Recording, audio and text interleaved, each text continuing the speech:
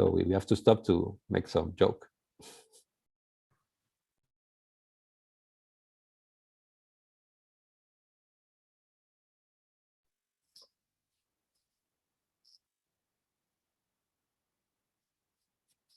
Bonjour Nadège.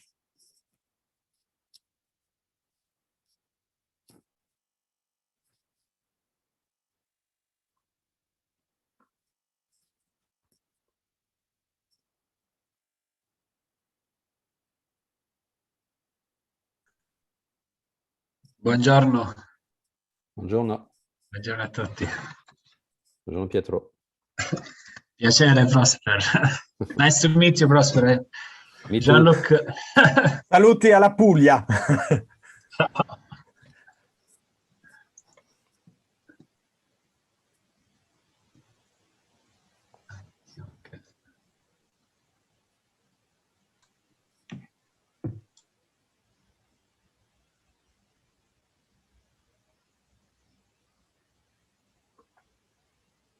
Hi Nadège from Equitour, France.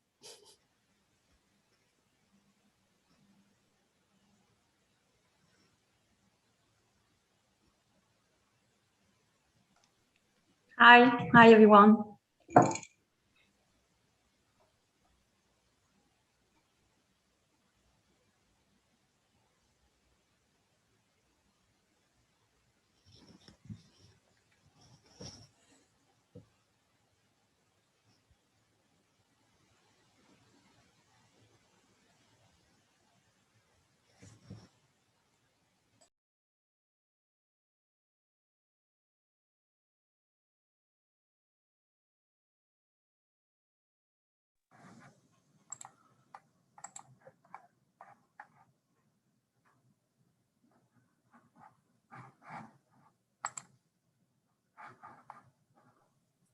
Welcome also to Julie Gobert.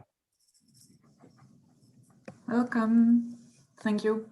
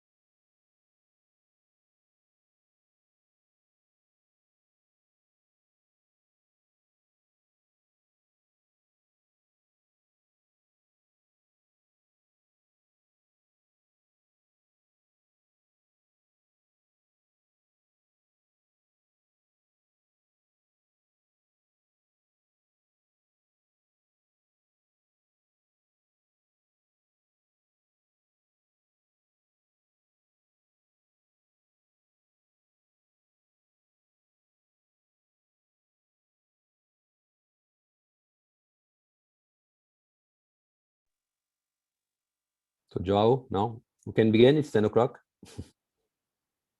Begin. So the people are arriving. So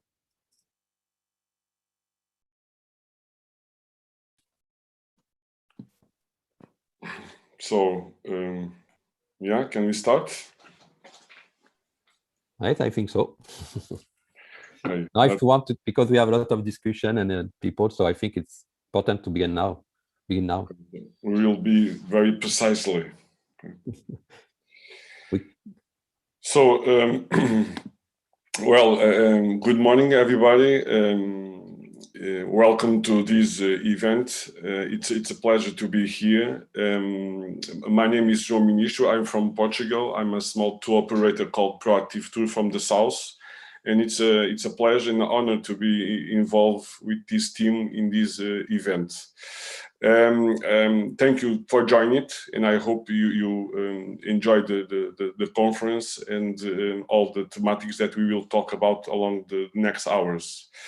I would like, of course, to thank you, the Tourism Portugal, our institutional partner and supporter, for all the help they gave us in promoting the event. So thank you very much, Teresa and João. They will join us also on the conference.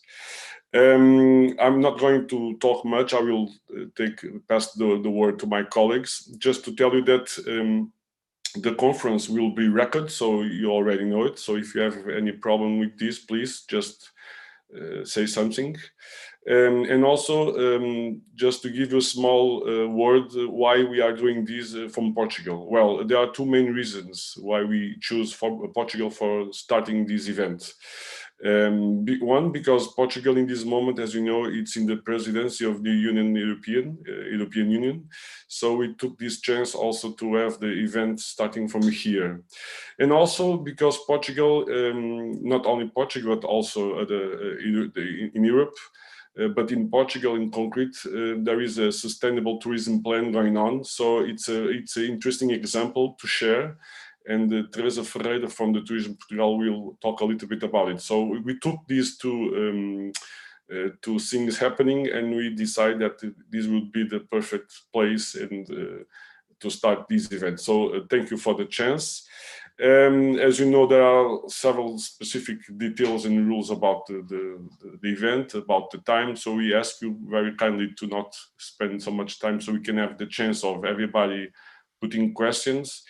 And of course, but I will give the word to Prosper to explain a little bit more. We are a network, a very new network of small tour operators, very much engaged with the sustainable tourism promotion. This is our first event. There will be more events in the future. We will talk about it during the conference. And well, I think it's a very interesting opportunity to talk about it because, as you know, we are facing very difficult and also special moments. But I will pass the word to Prosper to talk about a little bit more about the network. Prosper. Thank you, Joao. Maybe the rules for everybody is that you can also, if you have questions, put them in the chat. Or if you have some link, you can also put them in the chat. So thank you. It's a pleasure for me too for this first event we organize as a European network. So I'm Prosper Vaner. I'm from the French platform Les Oiseaux de Passage. It's a platform for traveling. In this moment, we have 70 local communities. They are sharing their hospitality, like accommodation, activity, or local creation, and they are also sharing their story on the platform. So I will tell you I'm in charge of telling you the short story of our network because it's only a 6-month story. This network is informal. It's an ongoing process. It's also open to other travel agencies in Europe. So we are income and outcoming travel agency and also platform. We are from social tourism, so tourism for all. We are from sustainable tourism, so we take in consideration the climate change. And we are also from what we call solidarity tourism. So we have a very integrated approach, and we cooperate with the local community. So in October, one of members, so Sardaigne en Liberté, Jean-Luc Madinier, he contacted us because the European Commission was organizing a European Tourist Convention about the future of tourism in Europe. and we discovered that our travel agency, our activity were completely invisible in the program. They were invisible in the statistics. They were also invisible in the proposal and invisible also in the panel of discussion. So we decided to send several propositions to the EU Commission, but also to the European Parliament, to the TRAN Commission. So European deputy from the TRAN Commission. The TRAN Commission is about mobility and tourism, but also to travel agency, to our colleagues in Europe, to say that it was important to be involved in this discussion about the future of tourism in Europe, but also because we don't want that the discussion focus only on the problem of airplane, of carbon offset, on only to be against mass tourism, because for us, the risk to discuss only about mass tourism, it's at the end that we will have sustainable tourism only for an elite. So we, as travel agency, we promote a very integrated approach and a global approach. So we take in consideration of the aspect, social aspect, ecological aspect, economical aspect, and also the local impact. So for us, it was very important to promote and very integrated and global approach about travel, but also to have a dialogue with the European institution. So we send all those propositions. 15 European deputies accept to discuss with us. Also official from the European Commission and also from the Council of Europe. So we have a dialogue. We were invited in at the end of November to present 6 concrete propositions to the TRAN Commission, to discuss and to share 6 concrete propositions. You can find those propositions on the website. So we decide to continue to have this dialogue with the European institution. So I will also thank all the European deputy and the official from the European Commission. Some of them are inside the program for this dialogue between, we can say, small travel agency in Europe and European institution. So today for us, it's our first meeting. We decide to invite the European institution and the Portuguese institution to share the strategy about sustainable tourism and to have a dialogue between us, the travel agency, but we involve also academics from different fields and different states, and to continue this dialogue. So it's our first meeting. We hope it will be interesting, and I give the floor to my colleague. They are going to present you the main topics we want to work on for this year's, and what is the main goal of this very new network. So I give the floor to Julia. So, good morning from Vienna. This is why I choose the ferry wheel in the background. It's my neighborhood. This is where I'm from. Oops, I'm sorry. Well, some of the things Prosper said already. Oh, sorry. First, I'll introduce myself. I'm also a tour operator and a travel agent in Vienna. I'm also member of Forum Andersreisen, and I'm also co-founder of the Conscious Tourism Group. I guess the name says it all. And so I'm very active for the sustainable tourism for over 20 years now. And this is how I found to this network. And in the moment, it's still an informal network, but we do hope to get some funds and to make a formal network because the goal really is that all the small companies, everyone who is dedicated to a sustainable tourism in Europe can join, so that we will strengthen each other, that we will get more, that we will be heard, and that we will not be just by chance heard, but that the European institution will really come and talk to us and also take our experiences. Another goal is just more or less an economical goal. If all the sustainable travel agencies in Europe join, then we can also broaden the offer in Europe for sustainable tourism. If everyone shares what he has, we will have a very, very big offer in Europe. And for this conference, as Prosper said already, we choose 2 topics, and one really is because it's the year of rail in Europe. So we thought we should focus on transportation to also get a better train network and to show that there are lots of people who would love to go by train throughout Europe. When I was young, I was traveling from Vienna by train to Greece and I liked it. At the moment, it's just really not possible because the train connections are really very bad. And I guess there's a lot of work to do. And also because train is much more expensive than flying, even so there's the environmental impact by flying, it's much worse and it should be more expensive than taking the train. And the second big panel is about the value of culture for sustainable tourism, because sustainability isn't only about environmental things, it's also about the people. And so the culture is a very important part of it. And we really hope to continue the dialogue and to find a way that we will keep on talking. And at the very end, I all invite you to attend this conference with an open heart and open mind and an open will, just to be deep listening what everyone is saying, and let's hope that we find wonderful conclusions at the very end. I will try to find some of the results that we found out today and how to keep continuing and what we're going to do with it.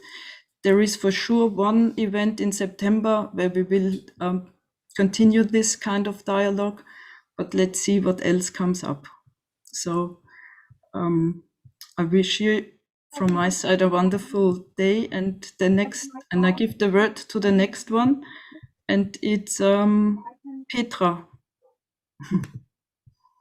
Yeah, thank you, Julia, and good morning from Hamburg as well. My name is Petra. I'm the general manager of Forum Andersreisen. We are a tour operator association starting in 1989. It feels like years, centuries ago sometimes. So we are working now for more than 20 years on developing a sustainable tourism, which keeps the people and the environment in mind, and showing solutions how you can shape tourism and how to really also define what sustainable tourism really means. So just for the beginning of the conference, let me just give you some general thoughts on the transformation of tourism, which is needed in our opinion. What is important for the coming years in the development of tourism, especially after the COVID-19 pandemic, which hit our industry so particularly hard, and also and especially in view of the climate change. Of course, as a first step, we need support to recover from this crisis. But at the same time, we need a strategy to respond to the upcoming challenges of climate change or marine pollution or social changes. It is important for tourism industry in Europe that we actively shape a transformation of tourism towards sustainable and climate-friendly tourism solutions together. But why don't we think about these aspects together and develop a common solution, the recovery and the transformation to more sustainable solutions in tourism?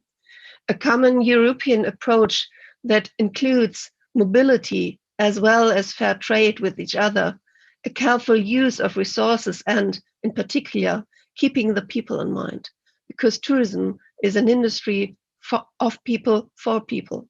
So we have to look for people's right and taking care of it. Tourism is a cross-sectorial industry that affects many areas of people's life. If we take care of our value chains and all the players in the destination, we can contribute to the well-being of people and the environment. So tourism itself gives a lot of opportunities to achieve the international sustainable development goals like the United Nations recognizes as well.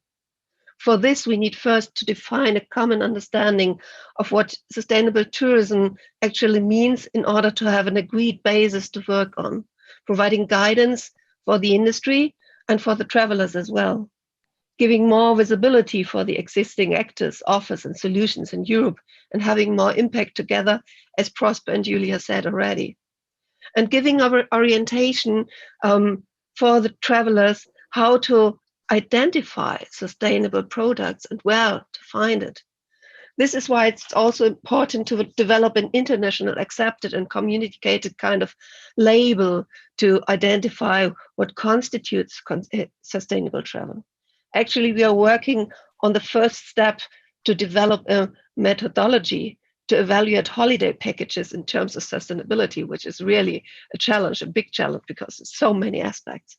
So let us start. I'm happy to join this network, and let us identify how we can move together faster for tourism with a future and for reaching the European Green Deal together. I hand over to Jean-Luc as our next speaker. Thank you.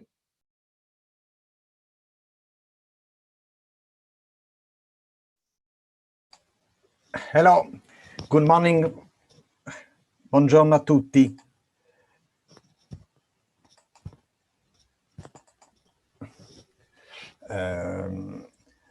Excuse me, my English is not very good. I speak in Italiano, but documenti in inglese. Okay. La cosa che abbiamo fatto in Sardegna, siamo un'agenzia Sardegna for Travel, un'agenzia ecosostenibile in Sardegna, in Italia, e promuovere i viaggi fra la Germania, Toscani e Sardegna. I will translate, Jean-Luc, so shortly. So Sardegna Liberté is a travel agency from Italy, from Sardinia, and they are promoting traveling from Germany to Sardinia and like itinerary also including Tuscany. Sì. La difficoltà è dalla Germania alla Sardegna non è una cosa semplice organizzare dei viaggi in treno. Non è molto facile da organizzare un viaggio dalla Germania fino alla di organizzare un sorry, it's not easy to plan a trip from Germany to Italy. So because it's not a destination, you have to build an itinerary and you have to find partner to build this itinerary. So it's also a change. I say from Jean-Luc that the travel agency from Germany knows they ask also to travel using the train and to stop to use the flight. Donc, la prima cosa è stato il bisogno dai turisti, i viaggiatori tedeschi, di non usare il viaggio in aereo e di voler usare la possibilità di usare il treno per andare in Italia o in Sardegna. The first thing is that the people from Germany and from North Europe, they ask now to go in Sardinia, but not using the flight and using the train. So it's new for the travel agency Sardegna Liberté. La seconda cosa è, vuol dire, mettere in opera lavoro fra treno e boat, fra barca, nave, scusate. So it's not also the second challenge that you have to coordinate mobility using the train and also the boat, the ship. La terza cosa sono le conseguenze. Vuol dire, prima cosa, un soggiorno più lungo, 12 a 15 giorni. La seconda cosa è la coordinazione fra i tempi, fra treni e tutto quanto, e la collaborazione, la terza cosa importantissima, è la collaborazione fra una rete di agenzie fra Germania e Italia, che non è una cosa che esiste oggi. So the third challenge that you have to organize long stay and itinerary stay, so between it's 12 and 15 days. So you have also to have cooperation between travel agency from Germany to Sardinia, and it's a challenge because for the moment we don't have a network in Europe or sustainable travel agency. L'ultima cosa è che i treni di notte non sono una cosa che funziona ancora oggi. It's also the second problem. For the moment, it's not possible to use night train because they are not night train from Germany to Sardinia, for example.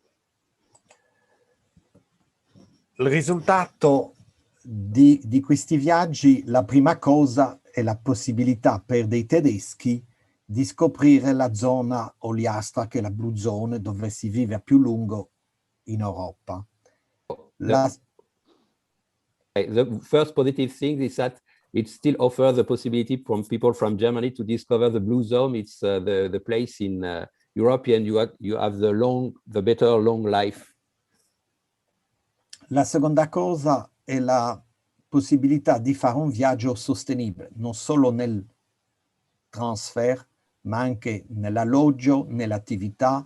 Tutto è stato pensato per fare un viaggio che riduce l'impronta carbonio. The second thing, inside you have the opportunity to make a very sustainable travel, including all the aspects, the mobility, but also the local impact of accommodation, alimentation, activities. L'ultima cosa positiva è stata anche la possibilità per i tedeschi di scoprire non solo la Sardegna, ma anche la Toscani, vuol dire un viaggio culturale anche alla scoperta di una Sardegna autentica. The last positive thing of this kind of offer is that for the people from the North Europe, German people, they have also the opportunity to discover Sardinia, but also Tuscany during the itinerary. So you have a very cultural impact of this new offer.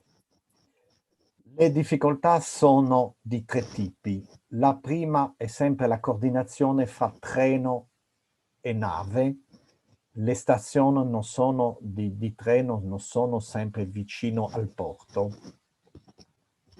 The first we have three difficulties. The first one is you have to have a coordination between the different mobility, train, boats, and local mobility. L'altra cosa, come l'ho già detto, è la difficoltà che non esistono ancora dei treni di notte fra Germania e il sud Italia. The second thing is about night train. So we need also to develop night train. E l'ultima cosa è ancora il costo del viaggio in treno, che oggi costa di più del viaggio in aereo. And the last one is still the problem of the cost, because it's less expensive to travel by airplane than traveling by train. So l'altra cosa importante è che questa rete che stiamo costruendo ha permesso questo tipo di viaggio. Non è una cosa che si può fare da solo, dunque ringrazio gli altri colleghi dell'agenzia di aver messo in opera questo tipo di viaggio. Vi ringrazio. So Jean-Luc is saying that it's important, if you want to build this kind of travel using the train and creating itinerary, you need to have a European network and cooperation between travel agencies. So he thanks all the network, because he is in this moment developing this kind of offer in Europe, using also the fact that this year is the European Year of Train in Europe. Thank you. So, thank you. So he says thank you and grazie. So thank you. We are a little bit in advance, so it's good. So I'm in charge of the first workshop. So we will have some break between the three workshops. I give only the context. We are going to have some presentation of the European and Portuguese institution, and it will be a dialogue between the panel and those institutions. The panel is, inside the panel, we have travel agencies, so from different states of Europe. We have also academics. We invite academics to discuss with us and to be involved in this process. And we have also people from the Faro Convention Network. It's a European network about the Faro Convention, a convention about the value of cultural heritage for society. And we will discuss this topic at the last workshop. So this third workshop, it's about the national and European strategy for sustainable tourism. So Teresa Ferreira is director of the Turismo de Portugal, the national agency for tourism. And she will present the national plan for sustainable tourism. I think it's one of the first in Europe, one of the first states to adopt a national plan for sustainable tourism. As we understand, it's an ongoing process. So she will present this process. After, we will have an intervention from Claudia Monteiro de Agar. She's a European deputy from Portugal. We discuss with her because she's in charge of a report for the European Parliament about the strategy for sustainable tourism at the European level. So we will have the presentation of this report. I will thank also Claudia Monteiro de Aguar, because she has taken in consideration all our proposal and proposal of amendment in the report. So I will put the link of the reports in the chat. So you can, I think it will be adopted in a few weeks. So for the rules, if you have questions for the panel after, you can put them in the chat or you can raise your hand. I will give you the floor after. Each institutional guest have around 8 minutes for the presentation. And after, we will take feedback, question and reaction from the panel and for around 20 minutes. And after, I will give the floor for our institutional guests. They will have 5 minutes each to answer to the different question or reaction. We know that the time is very short, so I invite you to write your question in the chat. If you have some link, if you have some document, to put it in the chat. The event, we record it. It's the first event, so we will take in consideration all our reaction and question for the next event or for the future of this movement. So now I will give the floor to Teresa Ferreira, and I will thank the institution, the Turismo de Portugal, for the cooperation to organize this event, because we cooperate together to organize this event today. Teresa Ferreira, the floor is yours. Hello, good morning, everyone. Hello, Prosper, and all the other participants and organizers of this e-conference.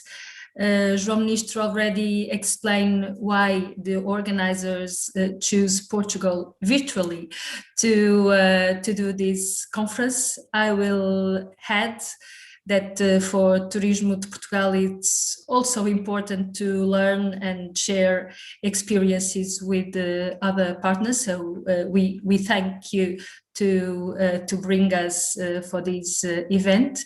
It's also important to participate in the launch of a European network. It always gives more awareness about these issues, and also it's important because tour operators, travel agencies are really a very important part of our work in Portugal. We have good and strong relationships with these kind of businesses, with their associations that represent this sector. So it's really, I'm really glad that Turismo de Portugal is participating in this first e-conference. So I will try to share my screen.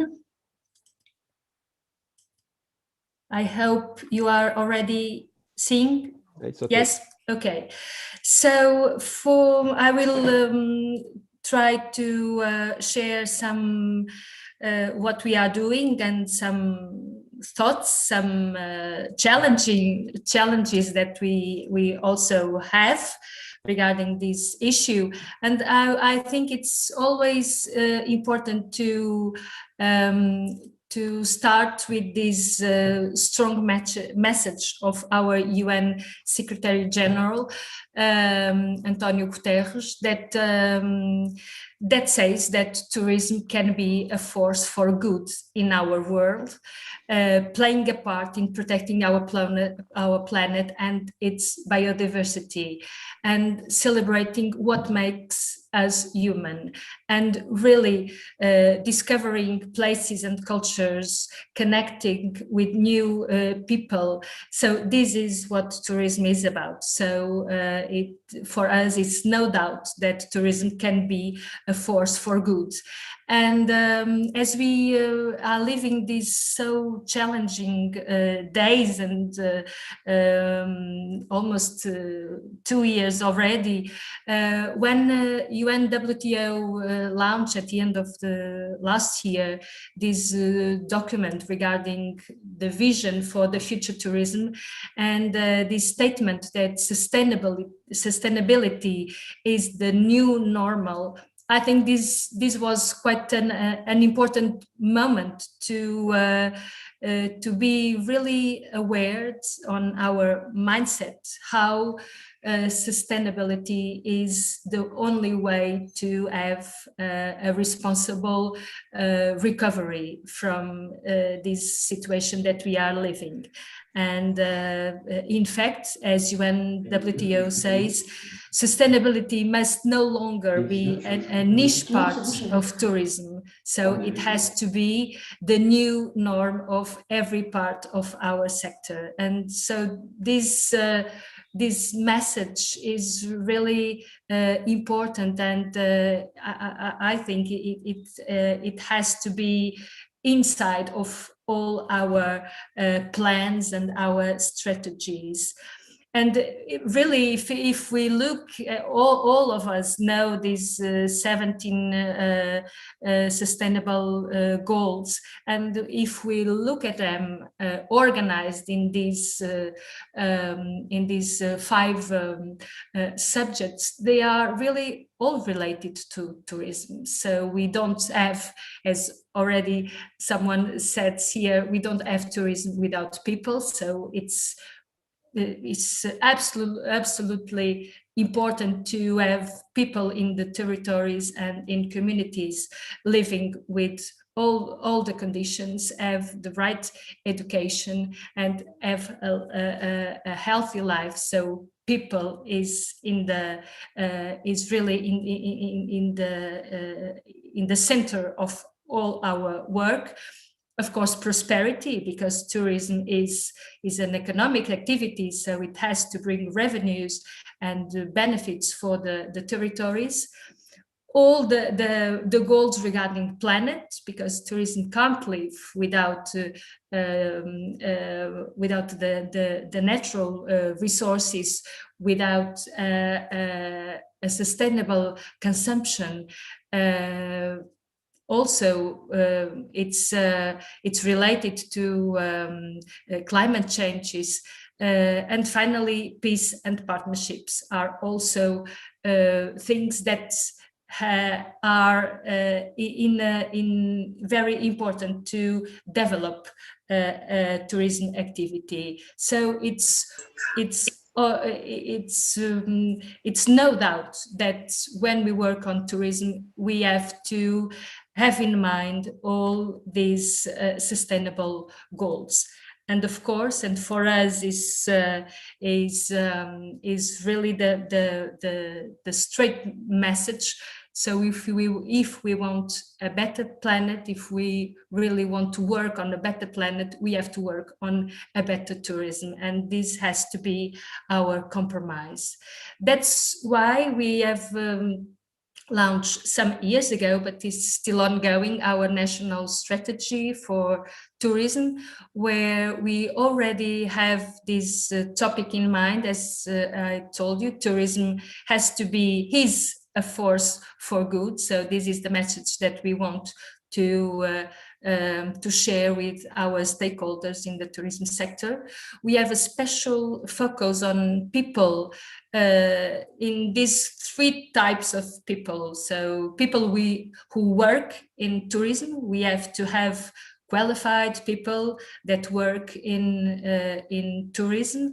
We have to have satisfied people in the communities and in the territories, and we have to know how to welcome all the people that visit us. So a strategic plan for tourism for us has to have this focus on these 3 types of people. Also, our strategy is based on the 3 pillars of sustainability, so the economic, the environmental, and the social pillars, and we have quantifiable goals, which is quite a challenge, because they are really explicit in this strategy, and they have to do with, of course, more revenue, which does not mean exactly more tourists.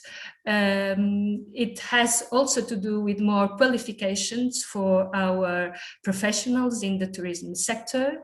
Of course, we have goals, quantifiable goals on energy, water, and waste efficiency in the sector. We have a goal regarding reduce seasonality. So it means that we have to work on tourist products and offer that can be done all over the year and all over the territory, and not in specific attractions in the territory. And of course, we have to have local communities' satisfaction. So this strategy that we have, it really defines these goals that are really aligned with sustainability. And when we thought about this specific plan for sustainability that we have launched in last October, but then we had a public consultation on the plan during around 2 months. We have more than 100 contributions of different entities, associations, citizens that give us a lot of contributions. So we decided to do this because it helps us to be more focus on sustainability and identify which actions, which projects can we have to reach our goals faster. And so it's a plan very open in their actions and projects, with a lot of different stakeholders and partners that have to be with Turismo de Portugal to do all the projects, with these 3 topics in mind. We really want to reduce tourism footprints, so we have to work on do a proper use of environmental resource, so regarding accommodation or restaurants or tour operators. So we have to change our way of doing things in order to have a more proper use of these resources. We also have to keep in mind that we have to meet consumer expectations, and we know that tourists really are looking and even more for authentic experiences with something that is really different. And so we have to preserve authenticity on communities. And of course, we want to extend the viability of activities in the future. So we have to have our stakeholders really informed and prepared to work on sustainability practices. The plan has more than 100 activities to be done in this period of time. It has 4 pillars. So to help us organize what can be done in each pillar: one regarding structure, a more sustainable offer, more focused on how to help businesses to implement sustainable practices. Other pillar regarding qualifications, because we think that we have to train, we have to qualify professionals and communities on sustainability. Of course, the pillar of promotion, not only to promote the destination Portugal, but also to bring tourists to be more responsible and to understand what is the destination doing regarding sustainability, and of course monitor our performance to reach the goals.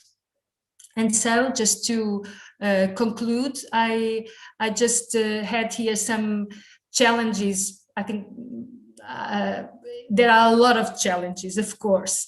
This is not easy to work on these issues. We have a very transversal sector with a lot of partners and different kind of stakeholders, but I choose these ones that probably we can discuss during this conference.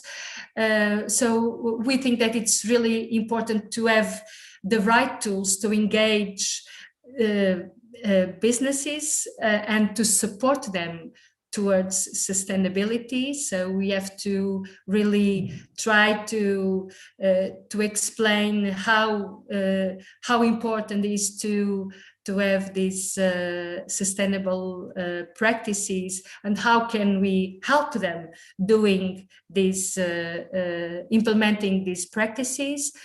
So another challenge is to have this cross-sector cooperation, because tourism has to deal with a lot of different sectors, and sometimes it's not easy to speak with other sectors and bring together some issues regarding environment or transport or cultural and natural heritage. So this is a very important issue to bring different sectors together.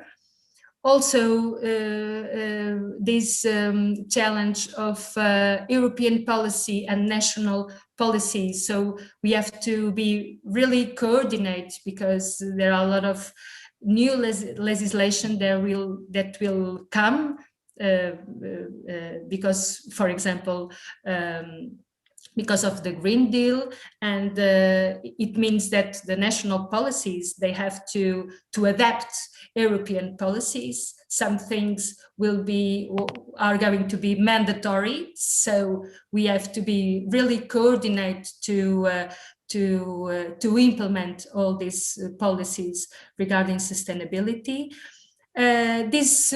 I think that it's a good challenge. All the European networks that are coming, that are creating, that bring different stakeholders, public and private, and brings this need of cooperation and awareness regarding sustainability. We have seen a lot of movements, international movements, and this is quite an interesting challenge to follow this work and to bring outputs from these European networks. And finally, an important challenge that we identify, which is not only respond the expectations of tourists. If we say that we have a sustainable experience, if we say that we have a sustainable destination, we have to be very honest on this, and we have to really prove that we have these all these conditions that we are saying that we have, for one side, and also a challenge to make our tourists also more responsible and more engaged with these goals of sustainability of the destination. So it's also a path that we have to work in our communication and in our daily work, how to have also from the side of the tourists more responsible, more aware tourists regarding sustainability. So just to conclude, we really have a lot of work to do, but we think that there are a transversal mindset on the tourism sector that can't go back. So the way is to move forward and to bring sustainability on our life, our way of doing things, because really, as I said before, tourism is really a force for good. Thank you so much. Thank you very much. I will now give the floor to Claudia Montero de Aguar, and I will again thank her to have taken consideration our recommendation and our amendment in the reports. So now we will have the presentation of as a European deputy, the reports about sustainable tourism, EU strategy for sustainable tourism. And I give you the floor, Claudia Montero de Aguar.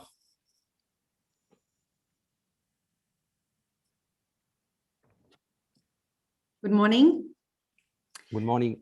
Good morning to everyone. And first of all, let me thank you for the organization for this invitation to be here. It's a pleasure, and it's a pleasure always to discuss about an issue and an industry that is so important for some of the countries, of the EU countries, and some of the regions. And that's why I think that it's really a pleasure for me to be in this debate on promoting sustainability and social travel in Europe. Let me, of course, just to congratulate the members of this newly informal network of sustainable actors. And because I do believe that all the work that we can do together, together we are stronger. And this is very, very positive.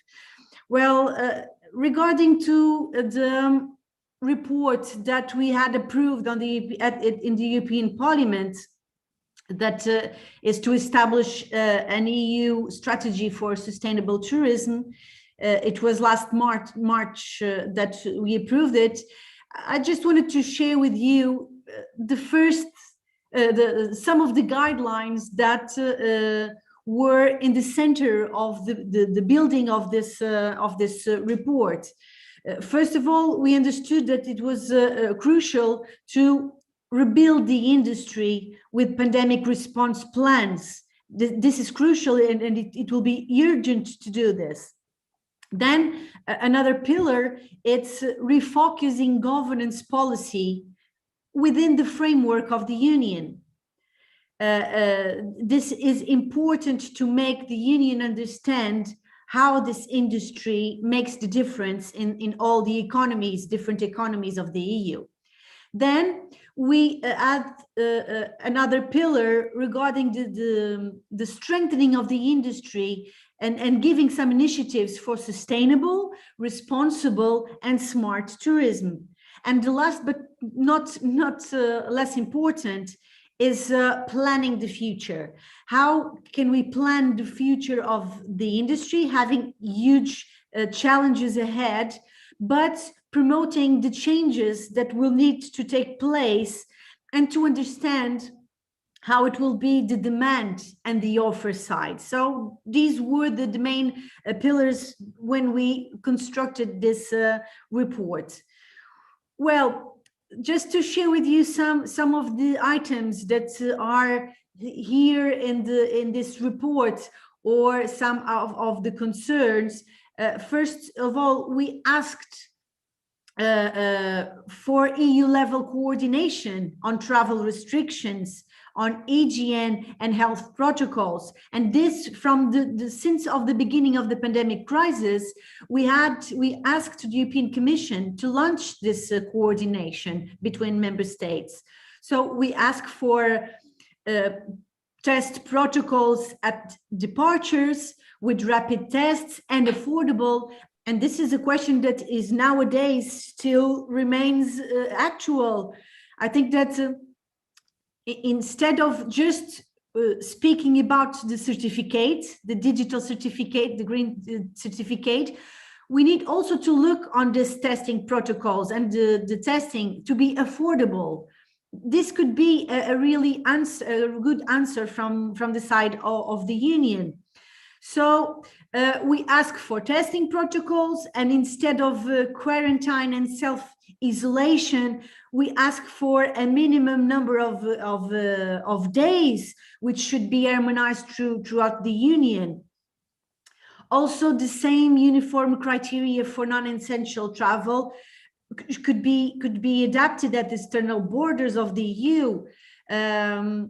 We ask to the introduction of the EU EGN seal as a European health security mark. When we speak about third countries and we want them to look to the European Union, if we have a EU EGN seal all across, with all the support that the Union needs to give to the member states and to the enterprises that are in this, that belongs to this project of the Union, this could be a good way of promoting better Europe with this seal. And of course, I spoke, but this issue of the vaccinations, it was already included on the report. The certificate for vaccinated persons, inoculated and tests, but having always in mind the last word of the science. We need to understand the scientific proofs of this, the analysis of this virus, to better give an answer with the certificate and with the vaccination. And of course, Europe needs to accelerate all the vaccinations to reach every EU citizen at the moment. Then another block of answers that we ask, and I think it's crucial to share also in this debate, it's that for several years we are asking for, and reinforce it. We reinforce it in this document, that there is a need of direct and dedicated financial support in the next MFF, and this is a chance that tourism has to get firmly back on its feet with this financial support. As the Next Generation EU does not include direct financing to the tourism industry, we ask that member states should include the industry in their recovery plans and in the REACT-EU initiative. And this needs to be accountable. So this is also a crucial step to help the industry.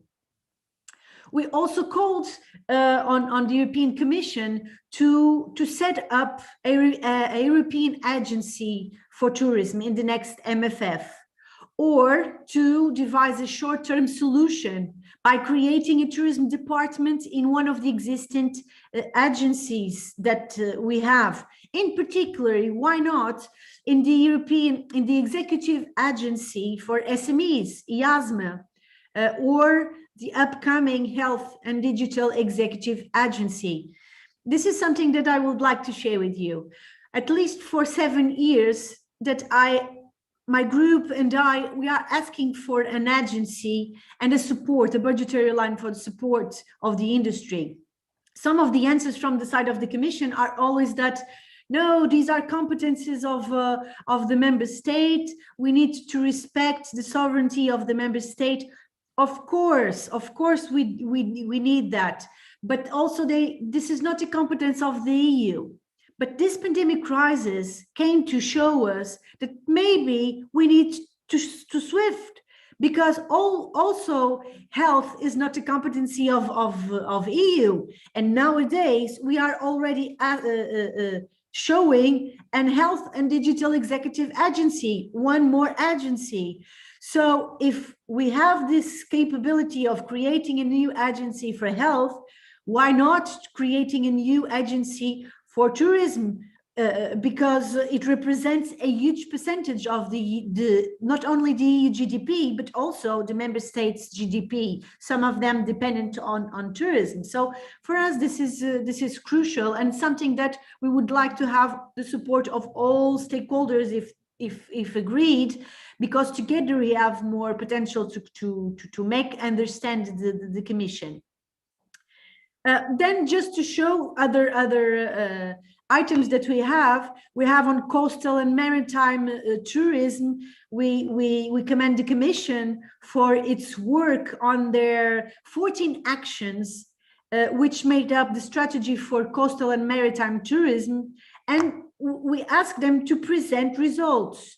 How can they help? How can the Commission help? And we, Parliament, to support financing infrastructures like ports and marinas, logistical and operational support, waste prevention, because this comes directly regarding to the sustainability too. How can we manage the waste prevention and also the use of renewable energies?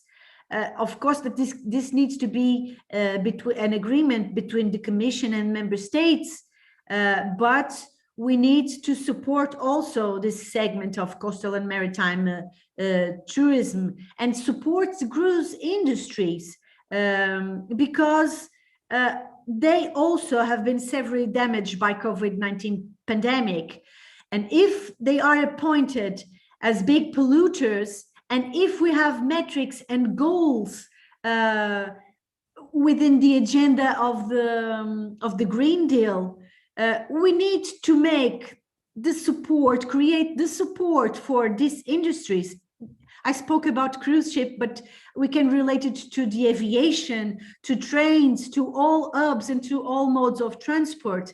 If we want to achieve these goals of the Green Deal, we need to promote financial support to help the enterprises, to help these industries to do this transition.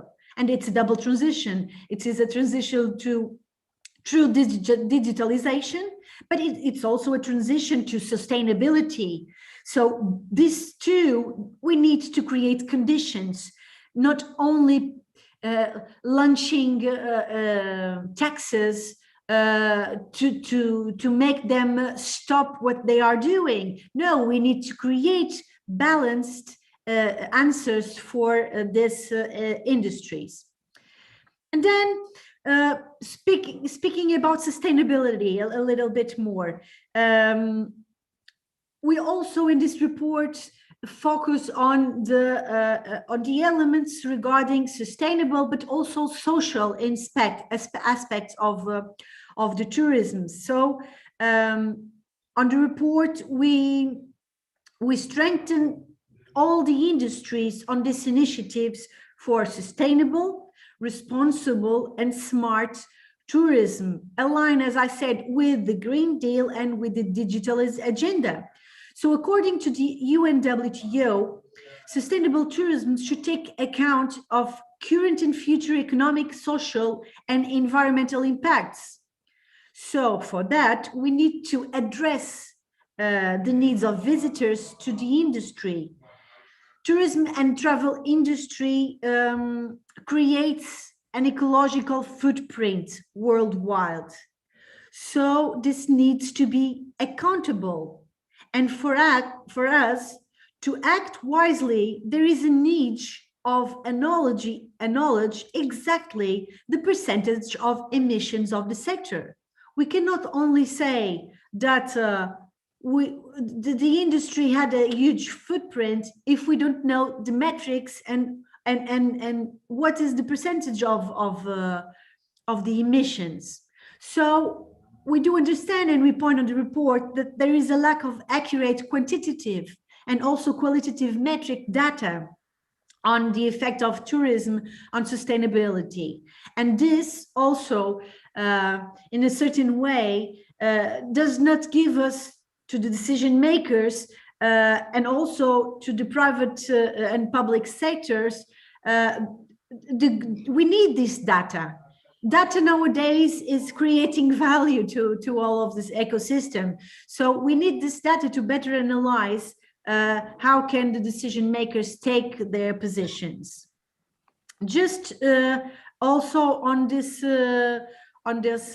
point, we asked to be developed a roadmap for sustainable tourism that includes innovative measures to reduce the climate and this environmental footprint. Well, more sustainable forms of tourism. How can we diversify the offer of tourism? How can new technologies and new digital services also can impact on the sustainability goals. And that is why also we think that member states have to include on their recovery plans projects, some projects that are connected to the sector and with impact on sustainability. And this roadmap can be possible if it has a proper funding and a clear strategy. That is what we ask also for this strategy. Also, nowadays the union has different labels, and some of them are burdensome. So we ask to the Commission to examine the barriers to obtaining the eco label, to expand its scope to other tourism services as a complement to the EU Eco Management and Audit Scheme, the EMAS, for tourism. So, moreover, there is also a need to support the stakeholders to implement these certificates, to implement these schemes, and to promote tourism operators to obtain these schemes. Just to finish, I'm finishing, just to finish. In the past, the Commission created a tourism sustainable group in 2012 that delivered a chapter, European chapter for sustainable and responsible tourism. I believe that this group has to be operational again and to encourage the participation and the adoption of good practice at national, regional and local level. This is an opportunity to involve all travelers, citizens, all the tourism ecosystem to understand and to create the influence that is needed to the union policies. So I think that this is a huge opportunity. We could speak a lot of more about training opportunities, about formation, about programs, about tourism capital of tourism, about culture, about sustainability and smart destinations. But this is also an overview of what we ask for and what we are working at the European Parliament and in the Tourism Task Force and in the commissions of transport and tourism, trying to relate all segments of the industry to help them to rebuild and regain confidence on new and better ways of relaunching the industry. Thank you so much for the opportunity. Thank you very much for this global presentation. Now, I will give the floor to the panel for reaction, questions. And I remember only the rule 2 or 3 minutes for each reaction. So we have 20 minutes for the reaction. And after, I will give the floor back to our institutional guests for the answer. First, I will ask to Blanca Medies from the University of Huelva. She is the list about sustainable goals, maybe to have the first reaction. Blanca. Okay, so gracias, Prosper. Thank you, Prosper. Good morning, everyone, and thank you very much, and congratulations for this network and for this meeting, for this interesting and needed meeting about the sustainability of this big, huge sector, no? That is tourism. I have a lot of reaction, but only 2 minutes. Okay, we have seen that recover and regenerate tourism at the very same time is this multi-level, multi-actor challenge with a lot of complexities in different levels and in different moments, because at short times we have to deal with all this topic of COVID, but at the very same time, on the long time, we want to transform tourism in a way that would be more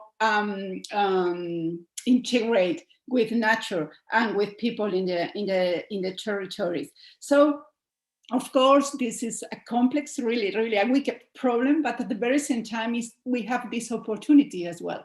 First of all, because a lot of attention has been put in this issue. No, 2-3 years ago, we were talking about tourism, but not with this deep that we are doing today. So of course, it's so cross-sectoral that we have a really good ground to learn how to localize and how to implement the Agenda 2030. But the thing is that sometimes, as it is such a complex sector with such many interests there, it's difficult to build up an integrative approach. And how we do mean with sustainable development, and what does it mean for the territory, for local spaces, because tourism at the end of the way is always it always lands in somewhere. No? That's how we have to be more aware that it's not possible to regenerate tourism without taking up into account this local territorial approach and the cooperation that is needed in these spaces in order to build up sustainability. But my main concern here is the inertia. So tourism has this huge socio-technical system with such inertia because of big investments and because of the employment. It generates this 10% of employment, and laws and the technologies that we are using in promoting this tourism, and of course actors' mindsets. So the thing is that if we are talking about sustainability, and we are thinking in the very same actors and in the very same mindsets that they were there, perhaps we are missing the opportunity to genuinely regenerate tourism. And it's the reason why I think that we perhaps in all these plans and in all these rules, and I'm finishing, is perhaps we have to put attention and have more care about who are at the table discussing the new strategies and how to give room for social innovators, as these people here. They have been 20 years working in sustainable development and sustainable tourism. And now we have this global discussion, but sometimes at the table are the same stakeholders than ever. So perhaps we can find some ways to reduce emissions and sometimes to increase efficiency, but perhaps we are not changing things in such a profound and needed way. So my concern is about how to include all this social innovation, long-term social innovation, local innovation, small sometimes local innovation, but they are bringing a lot of elements to this debate. And most importantly, they are on the territory, just working with local communities, not only to have them satisfied, but involved. So that is perhaps my most worried now how in all this debate, this local innovation, small local innovation can be given room. Thank you. Thank you. Now, I will give the floor to Marta Cabral from the Rota Vicentina Association to have also a reaction and maybe questions. And she's from Portugal. Marta, the floor is yours. Yes, good morning to everyone. Very happy to be here. Thank you for the invitation. So we talked a bit about this tourism industry, and I was wondering if this is still the right word to use, the industry. So Rota Vicentina comes from the southwest of Portugal. We are a local association of local people and companies that work together to develop a sustainable way of doing tourism. We recently organized an event. We thought a lot about all these issues, and I'm working on the conclusions now, and one of the interesting conclusion is that we need to start giving the leading role to the local communities and not necessarily to the tourists. And only when we do this properly, we can really talk about sustainability. So I think we all agree that the social part of this, and I wouldn't call it industry in the way that I see it as a dynamic, a touristic dynamic, much more organic and holistic than, you know, this concept of industry that might be a bit tight and technical. So my contribution today would be to think about how we can do this. How can we bring the role of the local communities and everything that represents, you know, their activities, their culture, their products, their services. How can we bring these into these touristic dynamics? And I truly believe that associations like the one I represent here can be the key.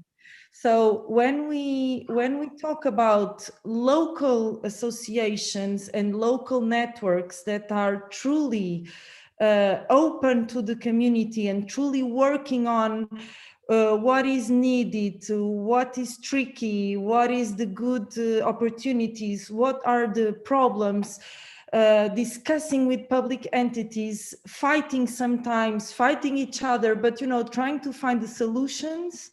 I truly believe these are the key partners to keep going.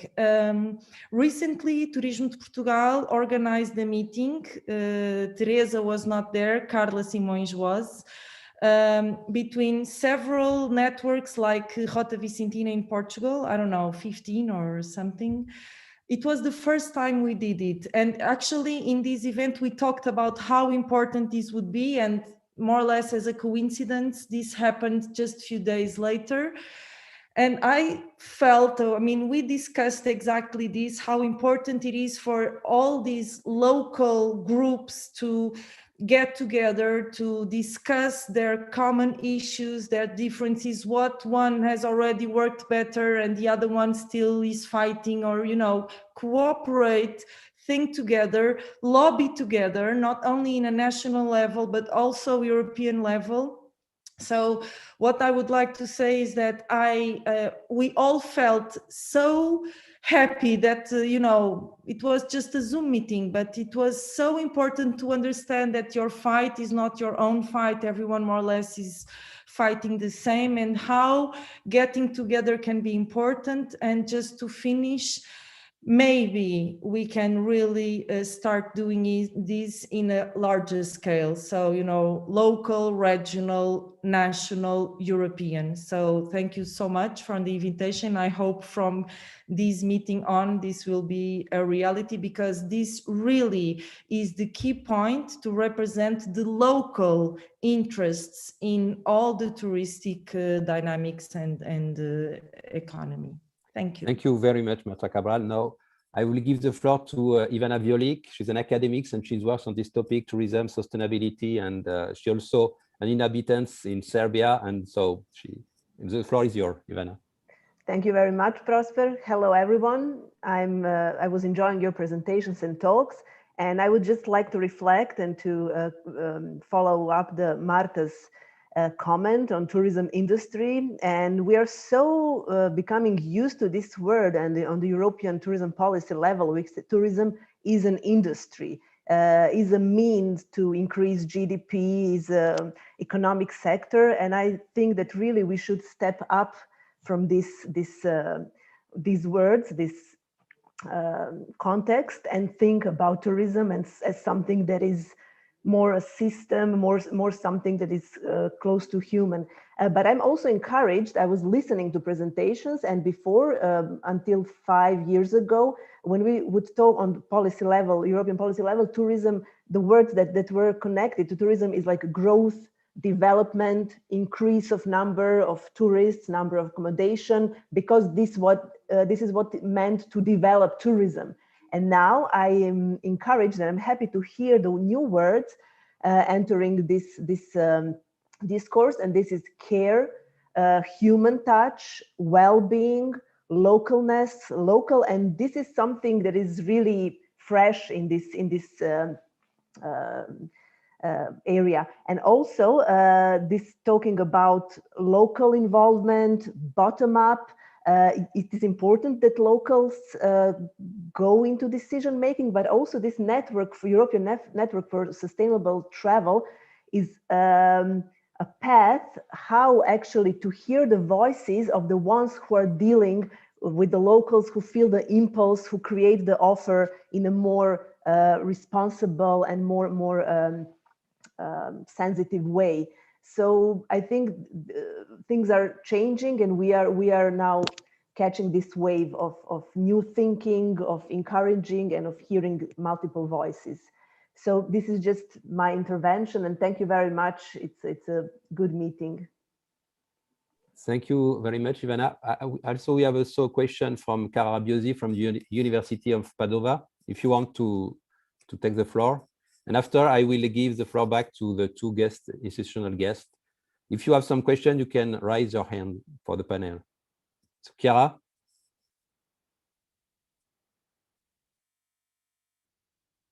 No? Cara Biosi, if you want to ask your question, or I can read it.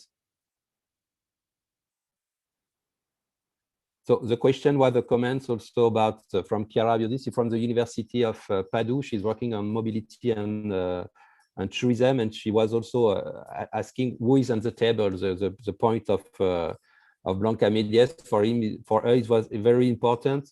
We have also some question about from YouTube, but there are a lot about the access with train to Portugal. I can take the floor.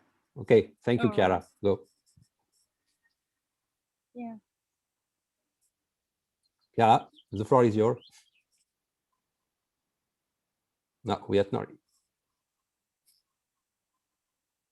So we are not hearing you. So I will maybe, Chiara, no. So if there is no other question, I think the main question, what the main question for our network was. Okay, I can, yes, I can just speak, but wait a minute. No, it's okay. You can speak. We can hear you. Yeah. Can you? Yes. We can hear you. Sorry, I have some technological things, but now you should be able to hear me, correct? Yes, correct. All right. So no, mine was just a comment actually, and I totally agree with some of the comments that have been just done. And one is the issue of introducing in the future EU document specific attention to how the people who are invited to talk once a specific policy or document should be discussed should really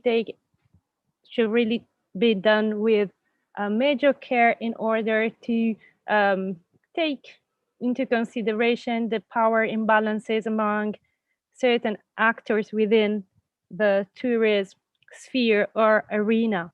And yes, so this was just to add on what Blanca was saying. And I'm also trying to avoid using the word the tourism industry, because I think that it reduces a bit of the complexity that tourism is. And I'm sure that all the people that are here this morning totally agree that, and also it has been said that tourism is an economic sector and we need it for this, and this should be acknowledged, but it's not just that. And unfortunately, when we use the word industry, everything is reduced to certain aspect. There's a power in the words we use. Again, the issue of power. And on one side, I think that most of the time, if we want to be legitimized in certain political arena, we need to use the word industry, or we are not taken seriously. On the other side, I think that it's really important to give value to the words, and this, to me, should be a commitment to look for a better tourism for the future in its intersection with a very complex society. taking into account all the elements that have been quoted so far, including environment and culture and so on and so forth. So mine were just to comment on what has been said.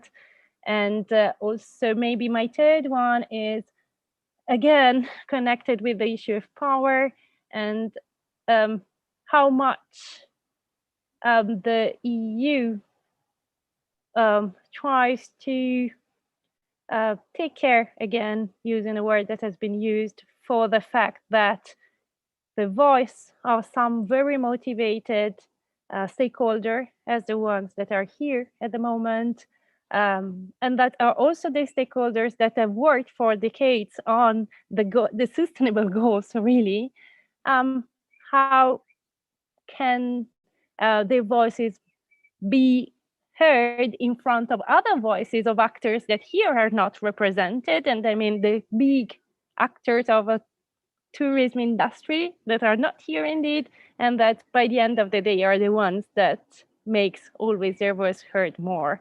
So again, this relates with the issue of having documents that do not close their eyes in front of the imbalances in terms of powers in the arena. So thank you. Thank you, Chiara. Now I will give the floor to our institutional guest. I will only 5 minutes for your answer, please, because after we have 2 other workshops. I think the main question is still the same we have in October last year: how we can contribute to those national and European strategy, how we can visible, how can we be in the statistic, in the panel, in the proposal. So the main question is the place of the local population and local travel agency in those European and national strategy for sustainable tourism. So first, I will give the floor to Teresa Ferreira, and after to Claudia Monteiro de Aguar to answer. 5 minutes, please. Hello, thank you. Thank you for the comments and the contributions. So it's really a complex issue, but I think it has to be worked in different levels. We have to work on the international, European, national, regional, and local levels. They have to work. I don't think that we have to do this first or that first. So every levels and every entities have their rules, and they have to be connected, of course, and articulated. But all of these levels have to do their path. And regarding international and European level, I think it's important not only, of course, the rule of the European Commission, but we have UNWTO, which is the place and the organization that at international level gives some guidelines for the countries, and that's why I thought it was so important to talk about this document that UNWTO launched regarding sustainability, a vision for the future of tourism.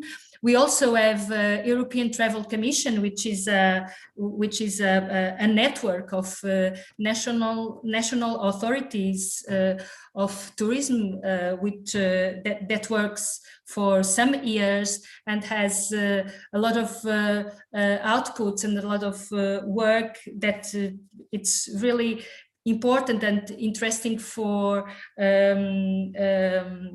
organize the strategies at an European level. And regarding national level, I think it's important to bring tourism to the different agendas that are not tourism. For example, in Portugal, we have a national agenda for economic circular economy. So the point is how to bring tourism, specific projects regarding circular economy that are related to tourism, and bring the importance of tourism in these transversal agendas, and bring projects that are really related with tourism.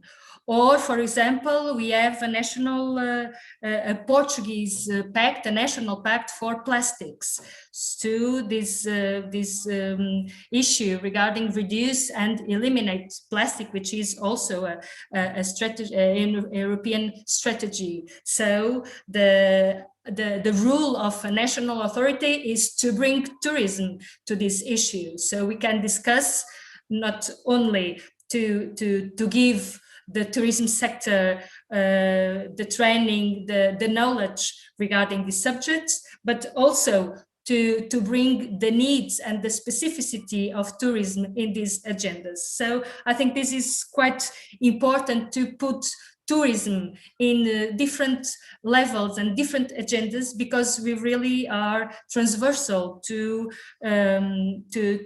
different agendas and issues. And also important at the national level, or regarding national authorities, to have some tools and some ways of promote, of incentive and help the regional and the local initiatives. And that's why it's so important, our plan. When we say we have more than 100 projects, it means there are some projects are small ones, others are bigger ones, some ones have a regional scale, other ones have a national scale, but it's an opportunity to bring a lot of stakeholders together. And it means that for 3 years, there are a lot of things going on in the country regarding sustainability. So to give you this idea that because it's a national plan, it doesn't mean that it's someone really far from the stakeholders. And we are really, Marta, Rota Vicentina, João Ministro, our Portuguese colleagues that are here, they know how the efforts that we are doing in helping, namely financing regional and local projects, to give them that space, really, to have these connections, that we have to have a national mainstream, a national approach to be coherent in what we are doing and how we communicate with our stakeholders internationally. But it doesn't mean that we don't have to work at the same time at these different levels. And this is very important for Portugal. Thank you. Thank you very much. Now I give the floor to Claudia Montenegro de Agua. The same, to be short, please, because we have 2 workshops after. Thank you very much. Too difficult to be short with so many questions and so many points. Just trying to sum up.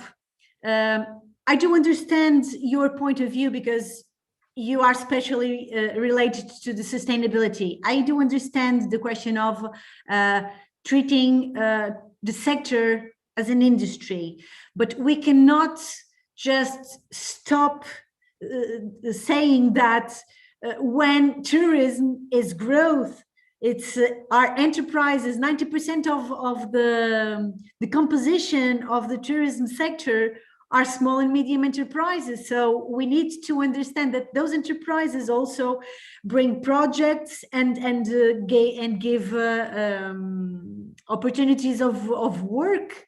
So this is all combined. I do understand. What I do believe that is that we need to find a balance. And to find a balance is to bring more sustainable goals, sustainability in metrics, to make this economic part to work better, not killing one to put the other, but to establish an equity and a balance. What can stakeholders do? You need to bring up with arguments, with metrics, with quantitative data. Data is fundamental nowadays. So if you have data, if you have a project locally, so you need to find out how can locally the governments can support. Teresa said at the national level, but of course, if we can push more for this sector at the EU level and having more financial support for the member states, maybe Turismo Portugal could have another opportunities to help better and more these projects regarding sustainability. So I think that we need all of you need to work better on data, quantitative metrics, and projects related to sustainability to make understand how can we policymakers, decision makers can better change the rules, but giving us, feeding us with those metrics and those goals, those arguments. And then how can you can be heard? We spoke here about the UNWTO. We also have the WTTC that are representing the tourism sector. But all of this entities have also associations at the European level. So you need to also enter on these associations at the European level to gain strength, to gain a word, and to be more present on the debates, at least at the European level. Because if you are there and if you can feed with these metrics, with these goals, with these projects, it's better to make your voice heard. So this is my last remark to make you understand that being in group and being in associations at big levels helps you to gain this projection that it's needed for local and this projects. And also don't forget that work, you will not do the new ideas. You don't have the new ideas. You need to work connected with other regions, connected with other member states, because they are doing the same thing. So work in groups with other member states and regions to promote your projects, to promote your goals, and this way to achieve at the European level. So no, thank you very much. It's clear it's the objective of these new European networks to try to have this dialogue at the European level, national level, and local level. So now, thank you very much both for your participation, for the dialogue. Now I will give the floor to Julia Baca for the next workshop. We are going to talk about the European Year of Rail. So it's an opportunity for all of us to implement our strategy. We will have a break of 5 minutes, and after we will, Julia will begin with our new institutional guests. So thank you very much. We come back in 5 minutes. So thank you. Thank you.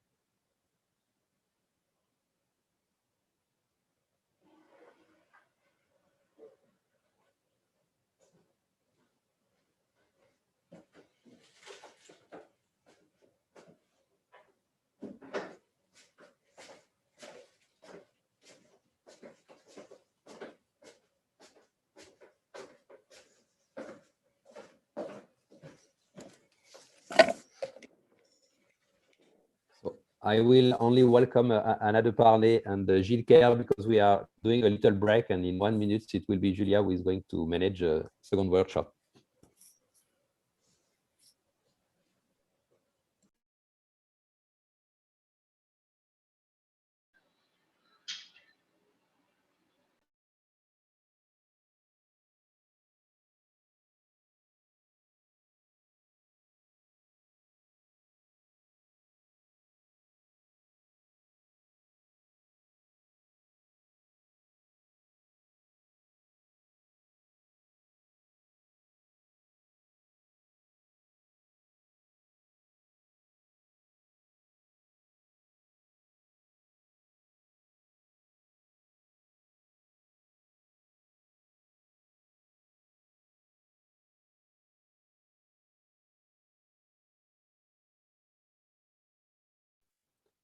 Julia, maybe we can, because we are a little bit late.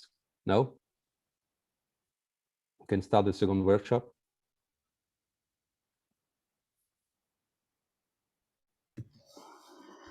Okay. I hope that all the persons are already here, because I couldn't find them in the in the short time. Well, I guess it's we are really late, so I guess we have to shorten the talks if that's possible for those who are speaking now.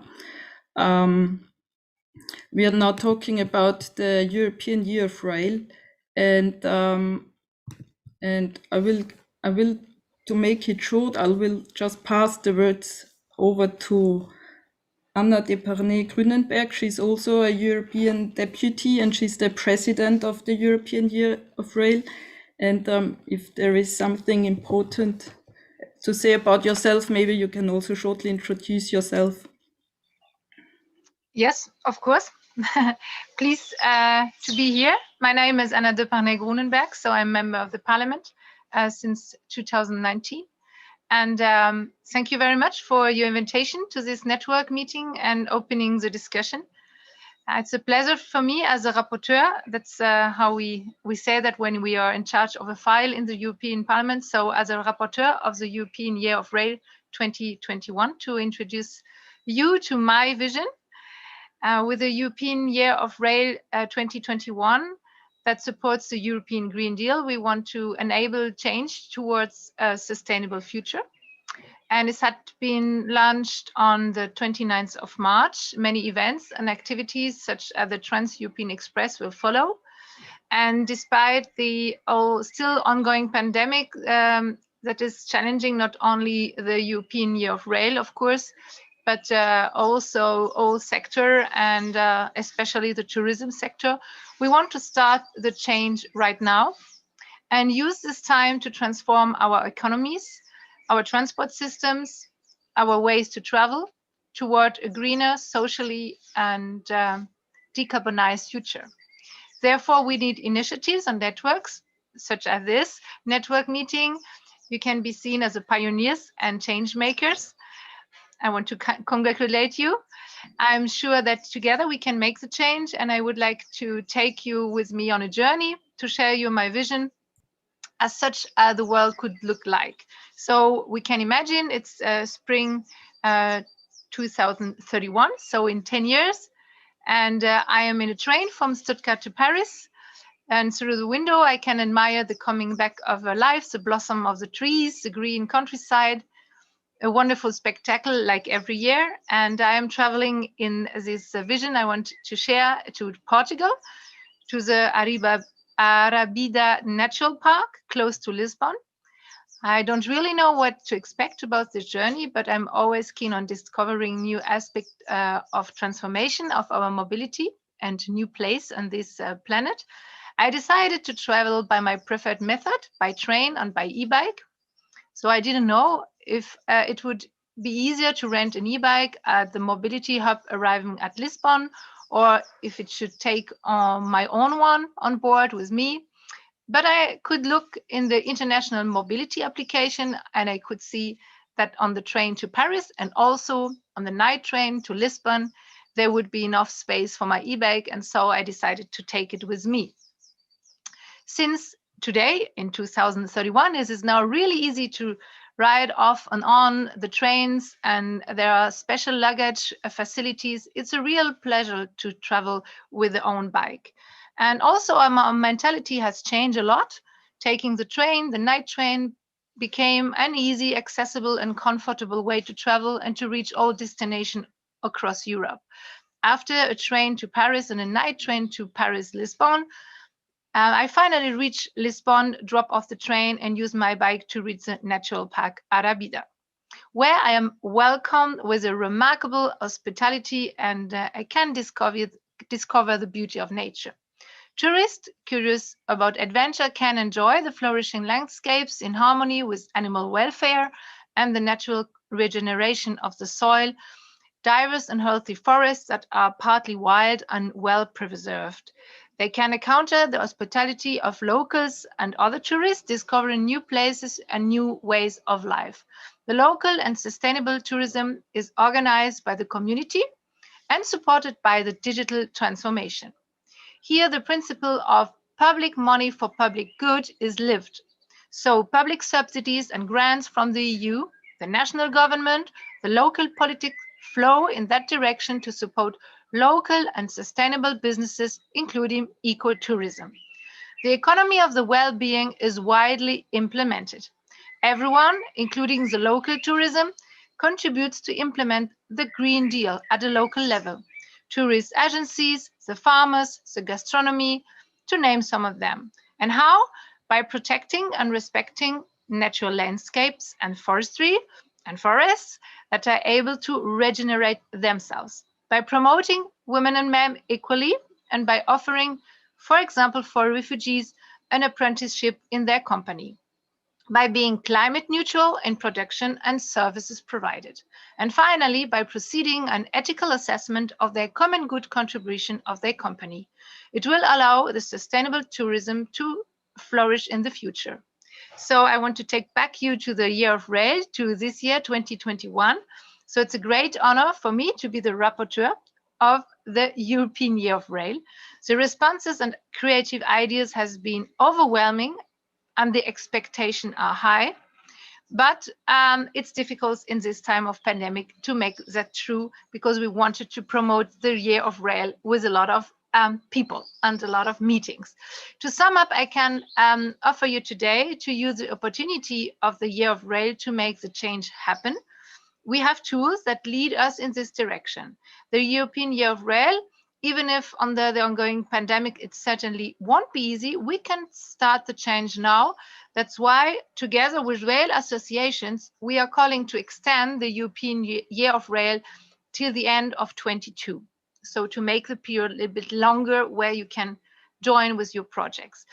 I also can recommend you my night train poster that shows existing connections. You can download it on my homepage, and many connections are announced and will be seen the light in the next year. So Zurich, Barcelona, Paris, Berlin, or Brussels, Prague, through Amsterdam and Berlin. Yet for sure, there's a lot still to be done regarding through ticketing, but also fairer fares and fair competition between transport modes, where we need to put a fair price on kerosene and a better price, affordable price for train. To summarize, in the future vision, I try to drive to you the decarbonization of the railways is complete. In the future, we will have a true European rail network, also of night trains and rapid connections. A well-connected cross-border railway system will be the backbone of the European transnational mobility, and the patchwork from today is overcome, we hope so. In this future, through and onward tickets are the rule, and we have an easy access to necessary information to book our holidays. In this future, rail is incredibly well connected to waterways and to road for the last mile for our trips. And the better way, we have to see electric vehicles to bring us to the final destination. In this future, rail becomes the first choice to go on vacation in Europe. Rail must play a key role to make tourism more sustainable in the EU. And in this future, Europeans are rediscovering Europe's landscapes and people and biodiversity. At last but not least, in this future, rail and sustainable tourism are connecting people. Sustainable travel can be a real trigger for hope and for sustainable well-being economy where public money goes towards common good. The common battle of creating the decarbonized and sustainable society and travel that respects biodiversity and human dignity, also in working conditions, through the whole supply chain everywhere on our planet. This is a really mega societal project. And this is increasing our motivation every day, connecting also generation, genders, and different way of life. So Europe is becoming closer, unite in diversity, connected by rails and interconnected. I hope that we are going to be together change makers for this future that I try to make you vision today. Thank you very much for your attention, and I'm pleased to have your comments and your question about the European Year of Rail and all the vision I brought here in this room. Thank you very much. Thank you, Anna. I would like, before we have the questions for you, we have two other short presentations.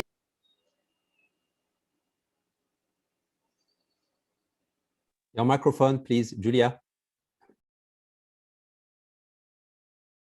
I'm sorry. I would like to give the word to Ramon Gensi Gelite Venture. Please, maybe you say your name yourself, and you're welcome. Thank you for joining. Thank you. Ramona Gensbigelite. You are very close. Thank you for this invitation. And first of all, congratulations to the launch of the network. It is very important that you are joining the forces to be heard. And let me assure you that in the Commission, your ideas, your solutions and your experiences are very important. So do not hesitate on this aspect. I will try to be very short, and I will try to share some slides. There we go.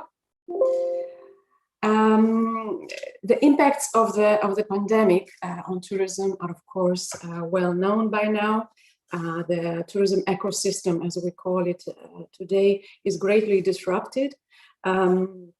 We count up to 11 million of tourism jobs at risk and great economic losses.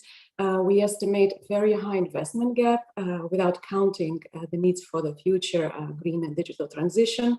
And what is very important and worrisome is that tourism ecosystem is facing reduced capacity to invest in the future. Of course, what Commission is doing since the start of the pandemic is quite important, and I will come back to that. There is hope, however. We are monitoring travel sentiment together with the help of European Travel Commission. So Europeans are eager to travel again as soon as the pandemic allows. This is we see in the figures that. The situation is most promising since the last summer. More than half of the Europeans wish to travel in the next 6 months. Already about 22% between May and June, and 49% plan to travel to another European country, so not only the domestic travel. Still, the reality this summer is estimated that people will opt for the shorter distance travel to the destinations in the nature, in open air, trips that are booked last minute, and of course, safety and health measures will be very important criteria when choosing a travel. Our immediate actions and goals reacting to the pandemic in support of tourism, we have mobilized unprecedented emergency support with relief measures in different instruments, with temporary state aid framework for the member states to use, and of course, you very well know the recovery plan for Europe. At the same time, we have been working from the beginning with the member states aiming to coordinate the action on travel restrictions and safety measures. This was immediate goal, and we continue to do so. Today, you know that the epidemic situation is still very complicated. So, of course, first of all, the concern is to protect public health and ensure safety. But we believe this has to be done in a proportionate way, at the same time, eventually allowing safe travel when it will be possible. And we do not forget that protection of businesses and jobs in tourism remains a priority. Thanks to the EU vaccination strategy that has been rolled out across all EU, we can expect that member states will gradually reopen to the tourists in the coming months for the summer. Therefore, to facilitate this safe reopening, you probably all know, you heard that last month Commission proposed a package of measures, including a legislative proposal for the digital green certificate. The certificate is non-discriminatory, and it will be, we hope, an important tool to harmonize the approach across the member states and facilitate the travel for the tourists, and at the same time give some support to the businesses in travel and tourism. Thanks to the constructive approach among the co-legislators at the EU, the negotiations have advanced very well, and we hope to have approved and starting implementation of digital grant certificate already in June, so just in time for the summer holidays. Another element that the Commission has launched is the health and safety, is on the health and safety standards. We have asked European standardization organizations then to work on a standardization product, which would be the same for all tourism businesses across the EU, easily recognizable with visual identity. So we hope also that this will be ready in time in the summer. It can be used, of course, in parallel with the already available health standards in different member states that are using, but we hope that this will be, let's say, an accessible and effective tool for the businesses and national authorities. So we hope for the uptake and the support in this respect. And finally, in the short term, again, Commission next week will publish an updated industrial strategy. It will include measures how to draw the lessons from the crisis and strengthen the resilience of the 14 industrial ecosystem, and tourism is one of them. Here I want to make a parenthesis, a comment, if I may, to the criticism of calling tourism industry. In the EU jargon, we talk about tourism ecosystem. So to reassure you that we are considering all the players across the value chain. We don't talk just about industry and businesses, we talk about destination and all other stakeholders involved. We hope that the updated industrial strategy will provide incentives for transformation in green and digital path. If we talk about the long-term priorities, you see very well that sustainability is clearly among them across all the strategies and initiatives that we are proposing. Since the European Tourism Convention, we had discussions with all the stakeholders and member states, and it is clear that we share the same vision. So we are hoping for sustainable and responsible tourism, resilient tourism, tourism that is adapted to the digital age, and that is equipped with the right skills and capacities. And of course, we want to keep Europe as in the leading position as a quality destination. Sustainability is, of course, enshrined in the goals of European Green Deal. Tourism benefits very much from a healthy and clean environment. So all the actions implemented by all other stakeholders, all other sectors are benefiting tourism as well. This is important to keep in mind. Now, In addition to that, we have here, sorry, I'm trying to summarize because I see that we have very little time. I don't want to stay too long. Yes, so the transition to the greener, more sustainable tourism will require collective efforts, and the changes in the way tourism industry and other stakeholders operate will require, first of all, incentives for public and private green investments. Data has been mentioned many times. Yes, we need a better knowledge sharing among all the players.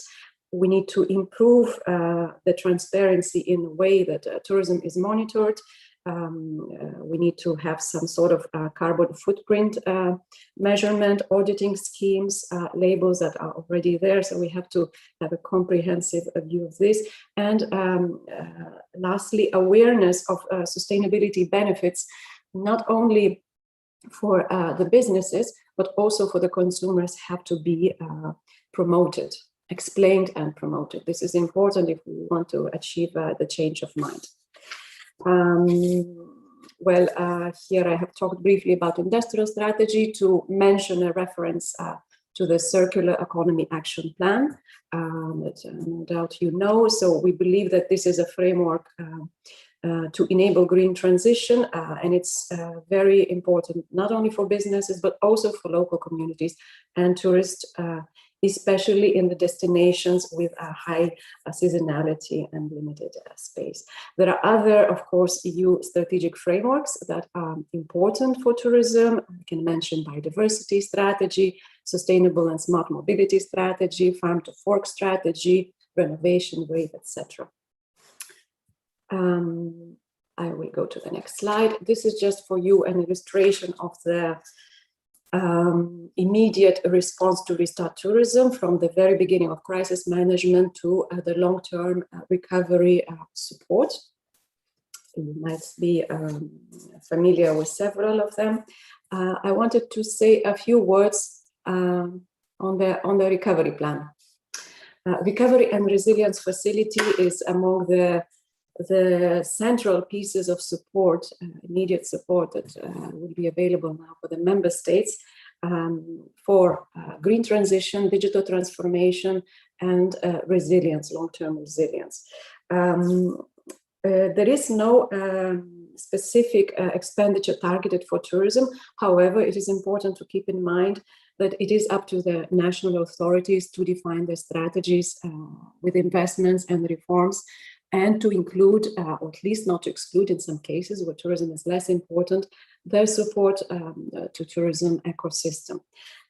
It is important also to note in terms of sustainability that the national plans should devote at least 37% of expenditure on investments and reforms that support climate objectives, and equally 20% to digital transition. Digital transition, let's not forget, can contribute and does contribute to more sustainable tourism. These are some examples of investments that we see in the recovery plans for the member states. We have seen some drafts already, and in terms of timeline, we're expecting the formal submissions by the member states, most of the member states, by the end of this month already. So the process is very quick. The countries will receive, once approved by the council, has to be approved by the council, will receive an advance payment. So let's say the injection of finances for the recovery can start very quickly. We hope that the member states, the regions will benefit from these possibilities.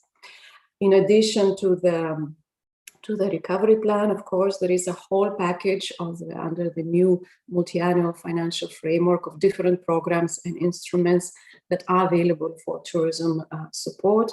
Well, among them is very important the Cohesion Fund and the European Regional Development Fund, which has in the past years greatly supported tourism investments. Of course, there is the now so-called a single market program, the ex-COSME program, which supports the SMEs capacities in digital and green transition. Just to give you a hint, through this program already in this year, we have foreseen 10 million euros in support of tourism SMEs and many other programs that are there. We are planning to launch a guide, an online guide for the EU funding for tourism already in May. So hoping that this will help the stakeholders, especially the smaller ones that are lost in the labyrinth and jargon of the EU financing, to find the right access and identify the right support and the EU funding possibilities. And finally, the key messages that I wanted to emphasize is that tourism matters in the European economy, but not only for economy, also for the social and territorial cohesion, and as a potential to build stronger economies and stronger local communities if it's done in a sustainable and responsible way. It is an opportunity. We have crisis, but of course we believe that it's an opportunity to rethink tourism and to plan it while keeping in mind not only the old structural problems that have hindered sustainable development, but also the new possibilities, new expectations of the consumer that this pandemic has demonstrated. And the EU has mobilized important support, even if we don't have a dedicated budget line, the EU budget for tourism. Still, there are numerous possibilities. Our job as a Commission is to explain those possibilities, to discuss with the member states, with the regions, with the stakeholders, and to show the possibilities to access them. So we hope that these opportunities will be seized to support sustainable, more digital and resilient tourism ecosystem in Europe. Thank you very much, and looking forward also to the future discussions beyond today on your ideas and your proposals, how we can achieve more sustainable tourism. Thank you very much. Thank you also for shortening the presentation. I still think we got the main message. And I would now like our last guest for this panel, Anna Basilio. Please, if you also could shortly introduce yourself and make also a short presentation. Thank you. Hello, everyone. Thank you very much for inviting me to present, to also talk about the European Year of Rail in today's event. I hope you can see well my screen. So I'm Anna Basilio. I work in DG Move, the Director General for Mobility and Transport in the European Commission, where this whole idea of the European Year of Rail started. But as MEP Deparnay-Gunenberg made very well clear in her intervention, the European Year of Rail is an interinstitutional initiative. It's not an initiative only of DG Move. Excuse me, but we cannot see your screen sharing. It's just a black screen. I'm just because I guess you see it, but we can't. It says it's paused for some reason.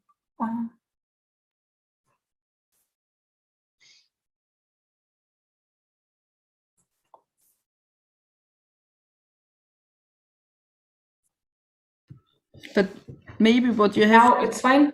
Yeah, I presume. Yes, now it's here. Okay, great.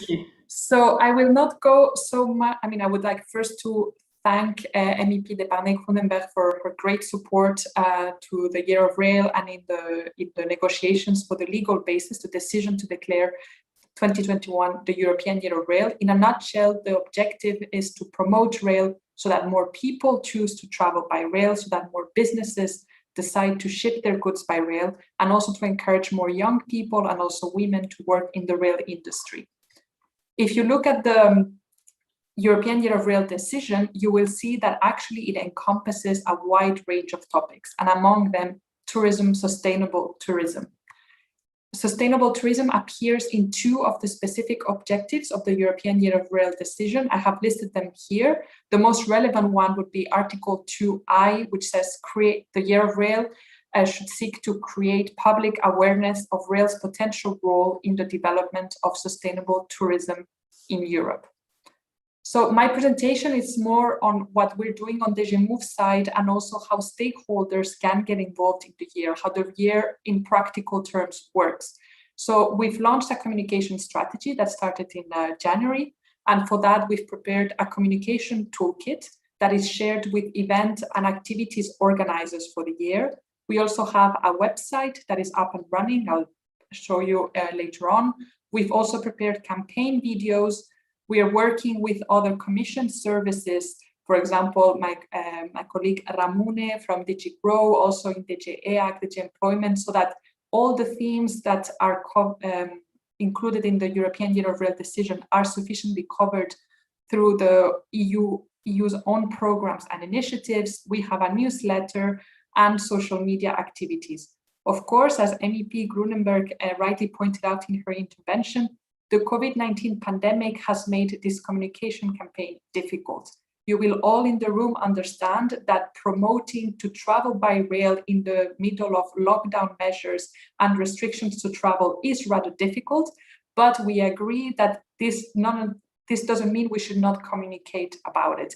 The year is an opportunity to change, and change starts now. So it's a great opportunity to create awareness among the public so that when borders reopen and we can all freely travel, more people opt for rail.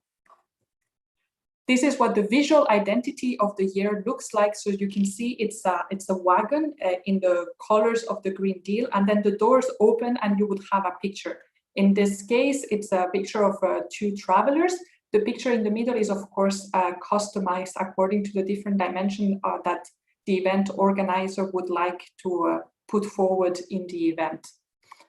This is what some screenshots of what the website looks like. It's work in progress, and we are updating it as we receive more information. What's the main highlight in the website? You can find a calendar of events that is updated on a rolling basis with the help of our communication contractor. We also have specific subsections for awards that may be taking place during the European Year of Rail and for other types of initiatives and projects. So I strongly invite you to take a look at the website. In terms of stakeholder engagement, we are very pleased with the response that the European Year of Rail has received despite the COVID-19 pandemic. Last time I checked, we were close to 250 proposals submitted by stakeholders, and these are very different, ranging from e-conferences like this one to awards, to hackathons, to light festivals, anything you can think of covering the different themes. So we are very pleased, and I would like to thank you for organizing this e-conference despite the COVID-19 pandemic, and all organizers that, despite the situation we're living in, have decided to hop on the train of the Year of Rail. For sustainable tourism, more specifically, actually, it's one of the themes where we have received the more original proposals. There's the Best European Rail Tourism Campaign 2021 that is jointly organized by EU Rail and ETC, and that wishes to, it will be an award for the best campaign promoting the use of rail in traveling and tourism. Then there's also the special European Greenways Award 2021 that is organized by the European Greenways Association, and it's a way to recognize those initiatives that put value to the use of rail to travel to greenways. Then one major flagship that I also wanted to talk about today is the Connecting Europe Express that was announced by Commissioner Vălean on 29th of March, which was the official kickoff of the European Year of Rail. This will be a dedicated train that will run through Europe and further, because it will also cross the EU's borders, in September and October 2021, and which seeks to symbolize concretely the unifying force of railways in Europe. So there will be 5 main conferences along the train route that is still to be defined and confirmed, so I cannot comment on that at the moment. But of course, there will be many more intermediate stops as the train will travel through Europe. So these intermediate stops are a great opportunity to organize dedicated events in, for example, events which we could showcase the sustainable tourism dimension of the European Year of Rail. So I invite you to check the website and to stay tuned for when we can finally announce the route, and then to get involved in the Connecting Europe Express, because we truly think this is a great initiative to bring together not only the EU institutions, the rail sector, but also stakeholders from the tourism ecosystems, civil society organizations, and beyond. So concretely, how to get involved? Well, first, you can spread the word about the European Year of Rail in your own channels. Share information about our website, about the communication toolkit, and so on. Then if you wish to organize an event, for example, this one, we would invite you to contact the email address that you can see there on the slide with your proposal, and then our communication contractor with our help will follow up so that the event can be published on the European Year of Rail website, so that you can receive the communication toolkit for the event and give visibility to it. Get involved, I already mentioned, follow the updates for the Connecting Europe Express. More information will come soon. And then there's also the network of national contact persons for the European Year of Rail. Each member state has appointed a national contact person in charge of coordinating European Year of Rail activities at national level. So if you're interested, you can also reach out to them or reach out to DGMove so that we can give you the contact of your respective national contact person. That's all on my side. Thank you very much for your attention, for the invitation, and I look forward to the discussions. Thank you also very much also for the short report. And so the discussion is now open, and at first I will invite the three invited guests for this panel. And the first one is Julie Gobert. She's from the University of Paris. Julie?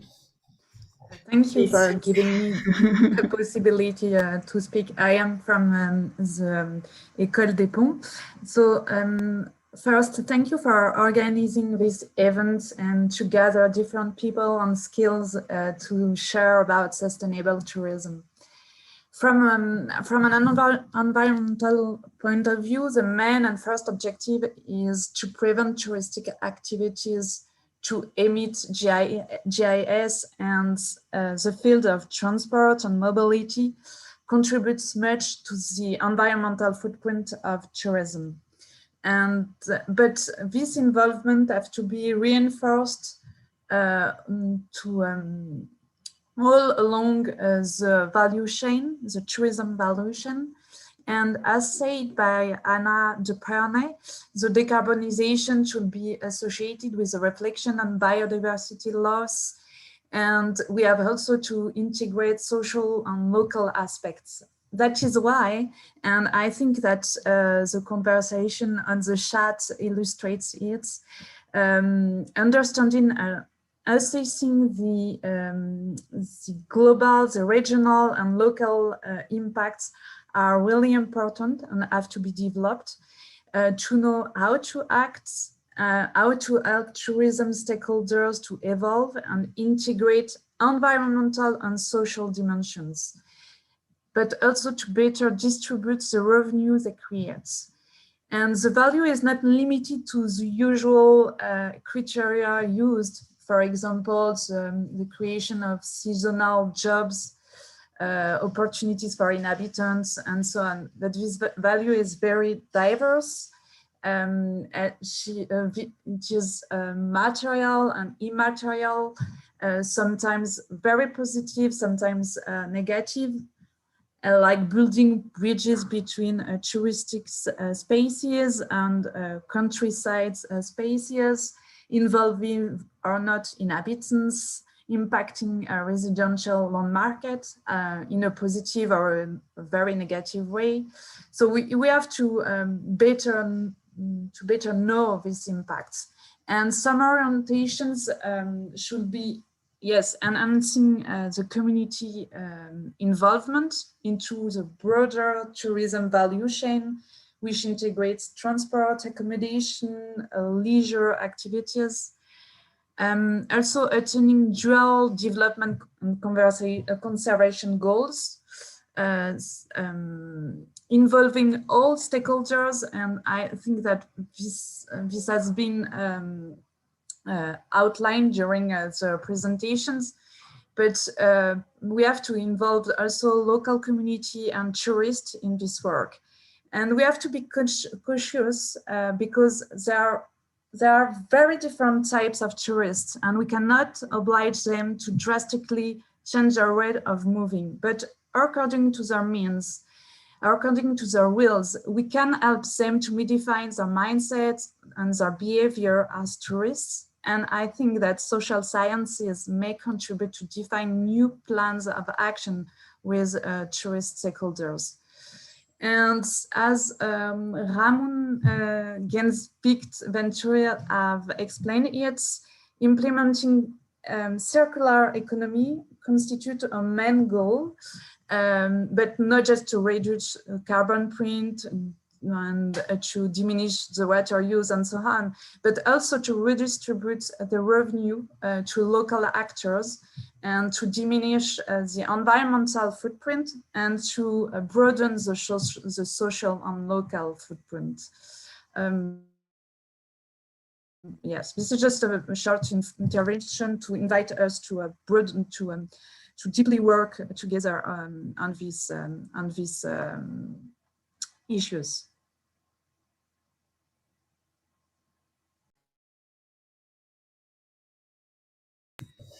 Thank you, Julie. So it's now Kerstin Donal. She's also from Vienna and also co-founder of the of the Conscious Tourism Group. Please, Kerstin. Thank you. So thank you very much for the invitation and the opportunity to raise a voice once more also for the social part of sustainability. I do admire the work of a lot of people, and I love to hear green a lot, but I also would like to make it a point to not forget about social sustainability and the cultural aspect, because I think what we heard in the vision, and Anna, thank you for that. Your vision was beautiful. It sounded nice and relaxing and easy to travel with your bike and on the train. You can actually look outside the window. It's all the things that we enjoy. And the other, Anna, I would like to say that promotion of meeting people is actually very much based on emotion. And I think you have presented a good start for that, because going by train means also meeting people. It's merging with cultures there. So we have the culture of commuters, of local people using the train also for their leisure time. For example, when I go by train in Austria, I see a lot of people with their backpacks, and I can see they were hiking. So all the close destinations to Vienna are reached by train very often. And this gives you a very nice impression of also how people live. So it's a space for meeting people. I think this is a very important aspect of train travel. And also we have raised the issue, have heard about safety. People want to travel. We heard that. Ramon, thank you for that. I think so too. We are all eager to travel, and we're all eager to travel safely. And even now in the times of the pandemic, I feel that traveling by train is a safe transportation, not only in terms of it's safer than going by car, and there's a lot less accidents and all of that, but also you have the compartments in trains. So traveling safely from one destination to the other by train is possible and is a very good option. Yeah, and then on the social part, I would also like to share a little story.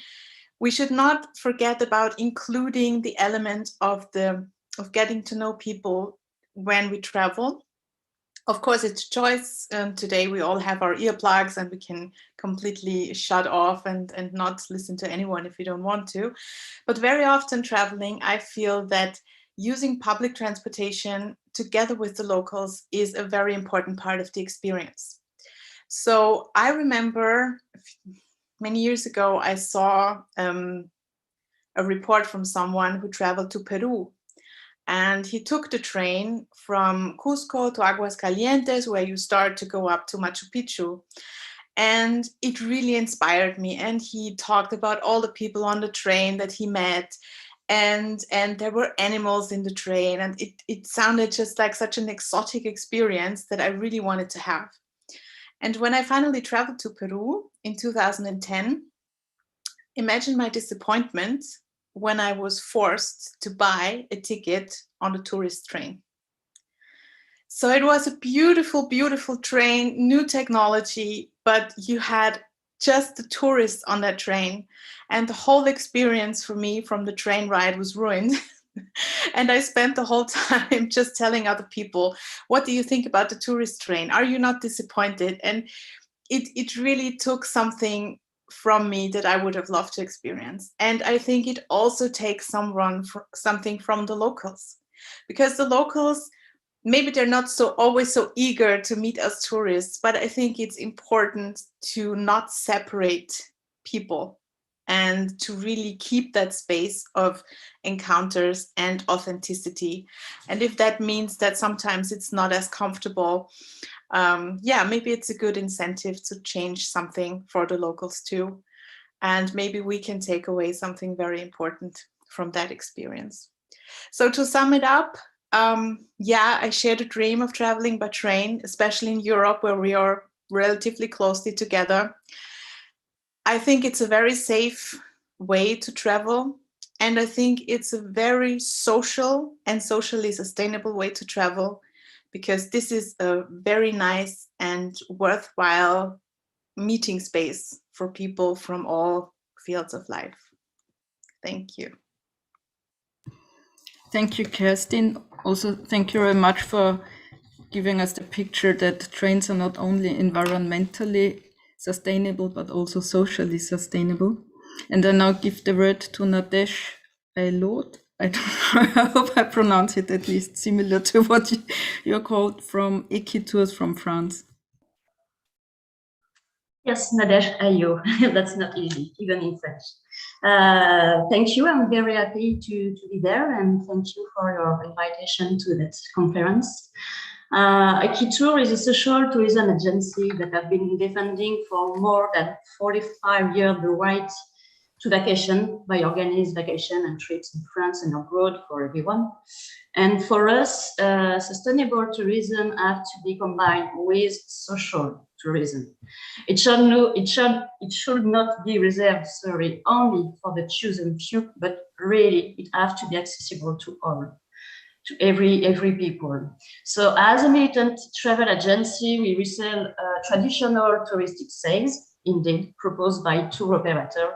But furthermore, we also have decided to develop our own responsible and sustainable vacations. So in this sense, we are co-founder and partner with Les Oiseaux de Passage to combine these two forms of tourism, both sustainable and social. So now I'm pleased to give you our concrete action with the European Year of the Rail. In this occasion, we are working with Les Oiseaux de Passage to create a catalogue of destination within a rail reach that will highlight the slow tourism stay, despite of the pandemic that we are facing now, because we are preparing the future and there will no more be lockdown and border closures, and we will travel again in our country and outside our country.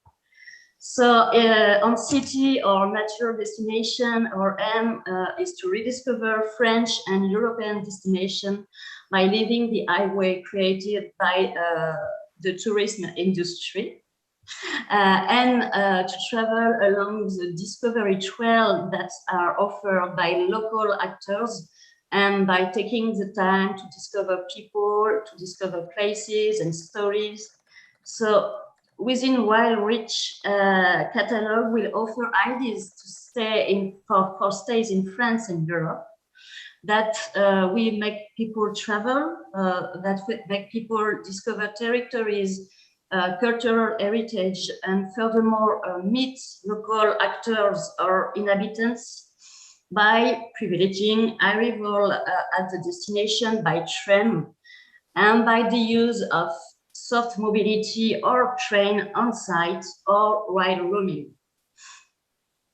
So on program to date, we will have around 20 destinations, for the moment focused on France.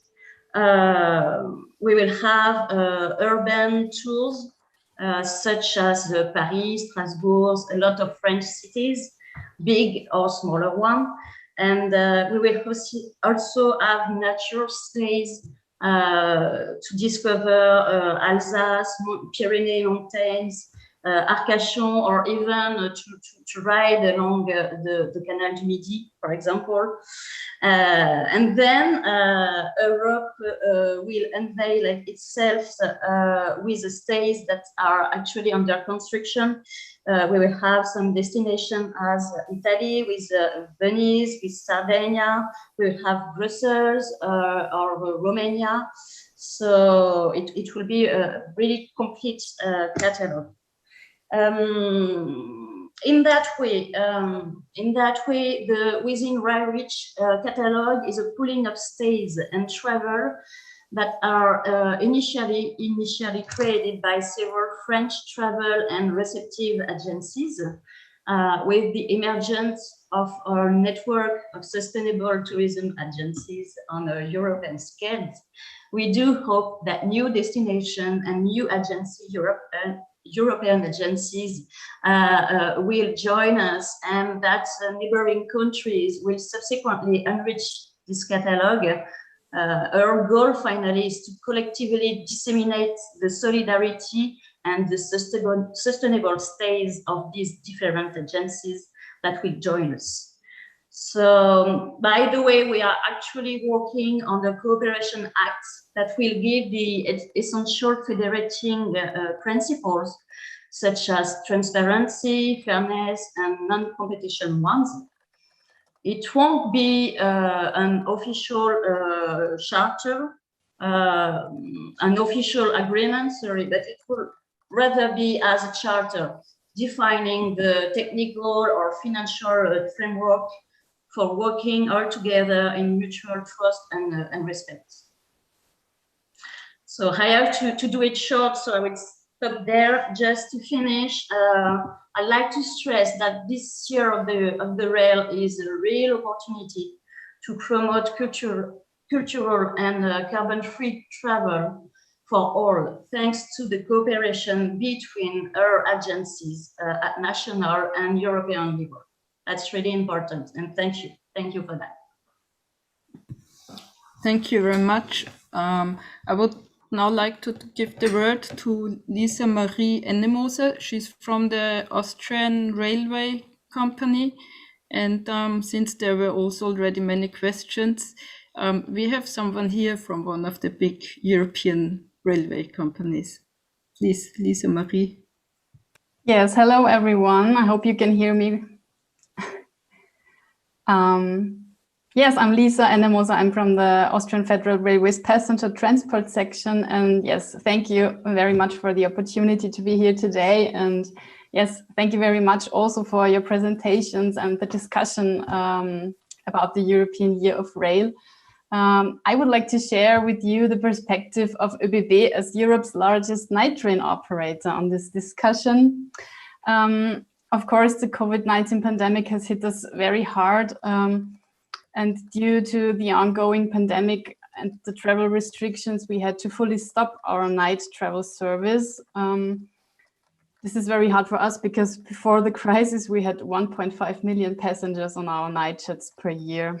So we are very thankful for every initiative that brings back passengers to our trains. For example, a green certificate or the initiative European Year of Rail. However, I think it is important that besides the COVID-19 crisis, we should not forget about another big crisis, which is the climate change. And in contrast to the COVID-19 disease, there will never be a vaccine against climate change and CO2 emissions. And yes, still nearly 30% of the EU CO2 emissions are due to transportation. And in this regard, there is nothing that is as much to blame as short-haul flights, I think. Well, night trains are the perfect and climate-friendly alternative to the plane. A journey with a night train is 51 times more climate-friendly than traveling by plane. And yes, if the European Union wants to reduce CO2 emissions in the transport sector, it must build a night train network connecting all of Europe's capitals. And we as ÖBB, we are making our contribution to this. The ÖBB Nightjet network today consists of 19 own Nightjet lines, and we are offering also 9 additional connections with our Euronight partners. As soon as the situation with the pandemic will allow us to do so, we will be offering our direct line from Vienna to Amsterdam. And yes, of course, we are constantly expanding our network. We will be having a direct line from Vienna to Paris in December this year, for example. However, offering night train lines is a very huge economic challenge for us as a railway company. This is above all because of unfair framework conditions between the modes of transport. Let me give you some examples about this. A single seat on an airplane can be sold up to 5 times a day. A night train seat can only be sold once per day. Railway companies have to pay infrastructure access charges, but many countries in the EU do not charge tolls for road transport. Cheap prices for flights between European cities are only possible because of tax advantages for the airline industry. So cross-border air transport, for example, is VAT exempt and jet fuel is not taxed. And last but not least, national borders are still a problem for trains. And this is why we need to improve interoperability for cross-border services. There's, for example, no common operating language for train drivers, and we still need to change locomotives, often due to technical hurdles at the borders. So to sum up, strengthening the rail sector by creating a level playing field and fairer competition within the transport sector is essential in our view. But we very much welcome the Year of Rail initiative by the European Commission, and we are supporting, of course, all the initiatives coming up during this Year of Rail. And we are very much looking forward to seeing the Connecting Europe Express travel to Europe. And of course, an ÖBB sleeping car will be part of it. So thank you very much. Yes. Thank you, Lisa Marie. I don't know, I guess due to time, if no one really has something very urgent to say, I guess we should just leave it like that for the questions. I don't know if there have been very important questions at YouTube, but from what I remember reading in the questions that maybe someone can answer very shortly is also how about harmonizing, not only as we just heard, the infrastructure of the tracks, but also for buying tickets, because for us travel agencies, it's very easy to buy a plane ticket in any part of the world, but it's impossible to buy a train ticket from Vienna to Lisbon, for instance. So are there any plans on the European level also to do something in harmonizing all the systems? And also for the other questions raised, I would shortly ask the first 3, the persons, the Anna, Ramune, and also Anna, to give a short answer if they have one, but a really very short answer. Anna first, if she's still here. Because it's possible that she left because she told me she has another very urgent meeting. If she's not here anymore, then I give the word to the other Anna, because I see her, she's here. Yes, I didn't know which one you were referring to. Yeah. Well, I just wanted to say thank you everyone for your interventions and for the other speakers. It's very interesting to hear everyone's perspective on the specific question on ticketing on the chat. That's something the Commission is looking into, and as well, I didn't mention in my presentation because it was focused on the European Year of Rail, but in December 2020, the Commission adopted its Sustainable and Smart Mobility Strategy, which is, let's say, our cookbook to achieve our Green Deal objectives for transport, which include a 90% reduction in greenhouse gas emissions from transport by 2050. So this is our roadmap, and there we have initiatives for ticketing that will be coming in 2022. So it is something we are looking into, and we know it's a very important thing to improve the attractiveness of traveling for passengers. And we want, I mean, the Year of Rail is an opportunity to hear these debates. I mean, there's debates on ticketing in different events, and we take note of those, and they will feed into the initiatives we will work on. And this more generally, all the debates in the European Year of Rail, the idea is that they would also feed into the policy-making process in the Commission. Thank you very much. Thank you, Anna. Ramune, you also want to add something?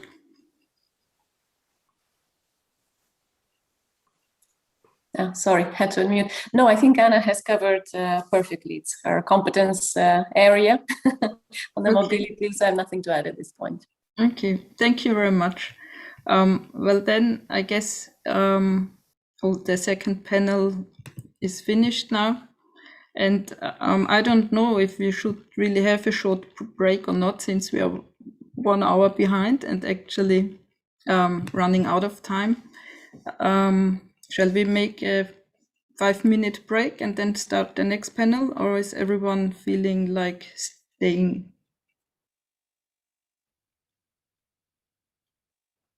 Now we are only 7 minutes in late, but I think we can okay. go if nobody has to take a it seems break. No one really left, so I hope. Joao. So if everyone is fine, then maybe we just continue with the program. And so I give the word to Joao, please. Thank you. Well, I hope everybody's enjoying this conference. Very interesting. So one of the things that we already talk along the day, it's the relation with culture and people in local level. So now the next panel will be more about this issue.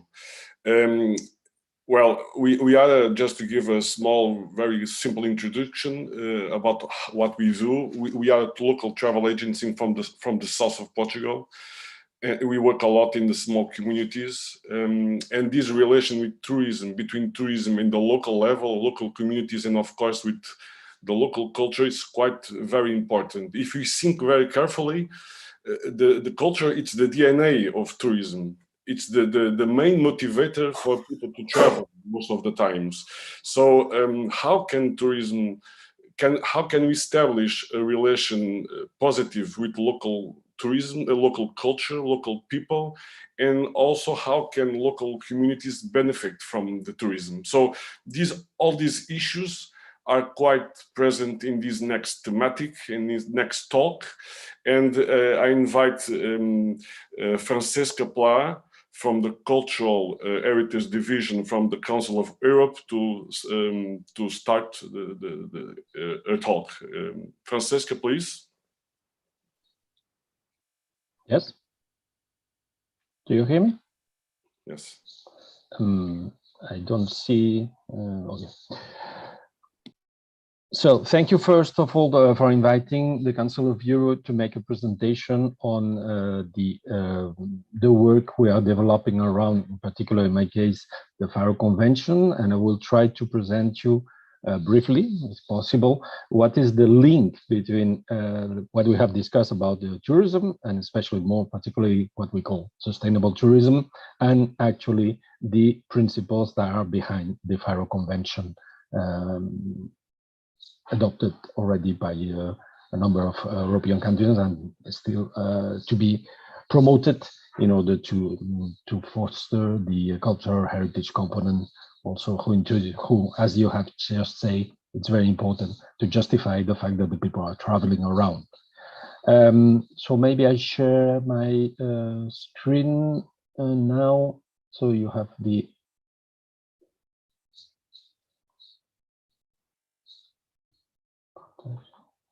Okay.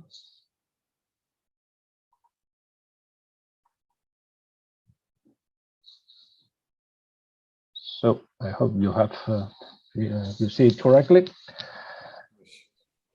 So as I say, I will try to emphasize this link. Maybe a little word.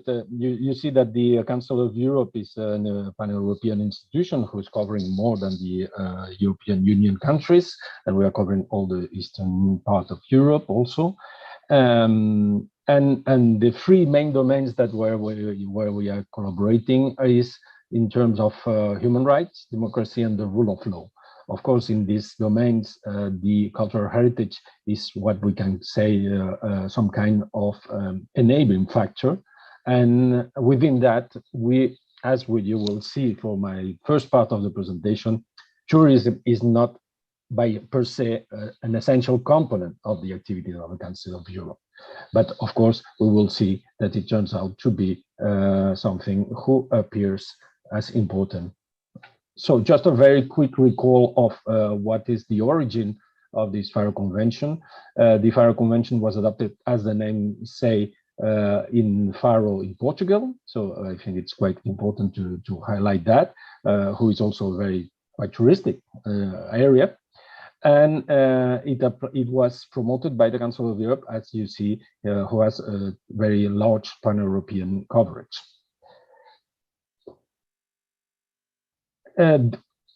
What is the main novelty of this convention? In fact, the Council of Europe has worked a lot in the previous years, before 2005, was the year where this convention was adopted, on the concept of how we protect the cultural heritage. So on that, we have two important conventions who were adopted in 1985 and 1992 for covering both the architectural heritage and the archaeological heritage. So that is the more traditional cultural heritage professionals approach. So centering on the actual cultural goods. But it turns out that the need of considering something who has been already pointed out now is this importance of taking in board this human dimension of heritage. And then the question is moving to why we protect. And that is very much in line with a very old, one of the first conventions that were adopted in the Council of Europe in 1954, who was namely the idea of pushing the common cultural heritage and values as a way to, after the Second World War, to bring together and to reinforce the understanding and the appreciation of the cultural diversities, who unfortunately in the previous years motivated in some sense also the war.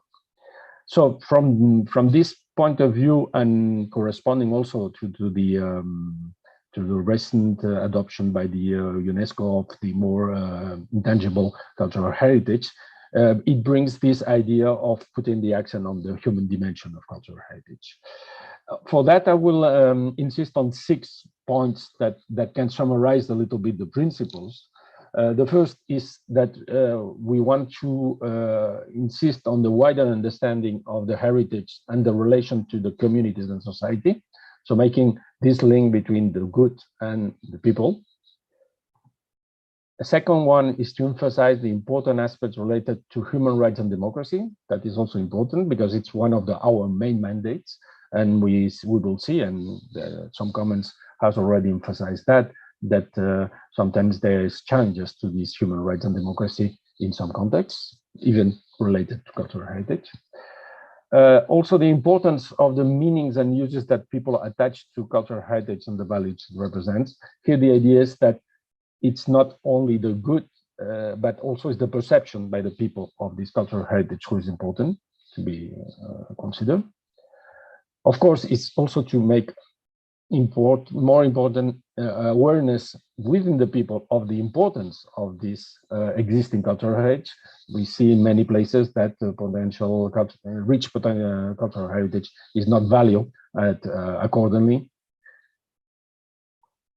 Here, maybe we touch at one of the points that we were discussing earlier, and it's more important for the tourism sector, is to value this cultural heritage and an important resource for the sustainable development, and that is a point who is stressed in the Fair Convention, and to the consequences in improving the quality of life of all people. And then we can discuss later on who are these people.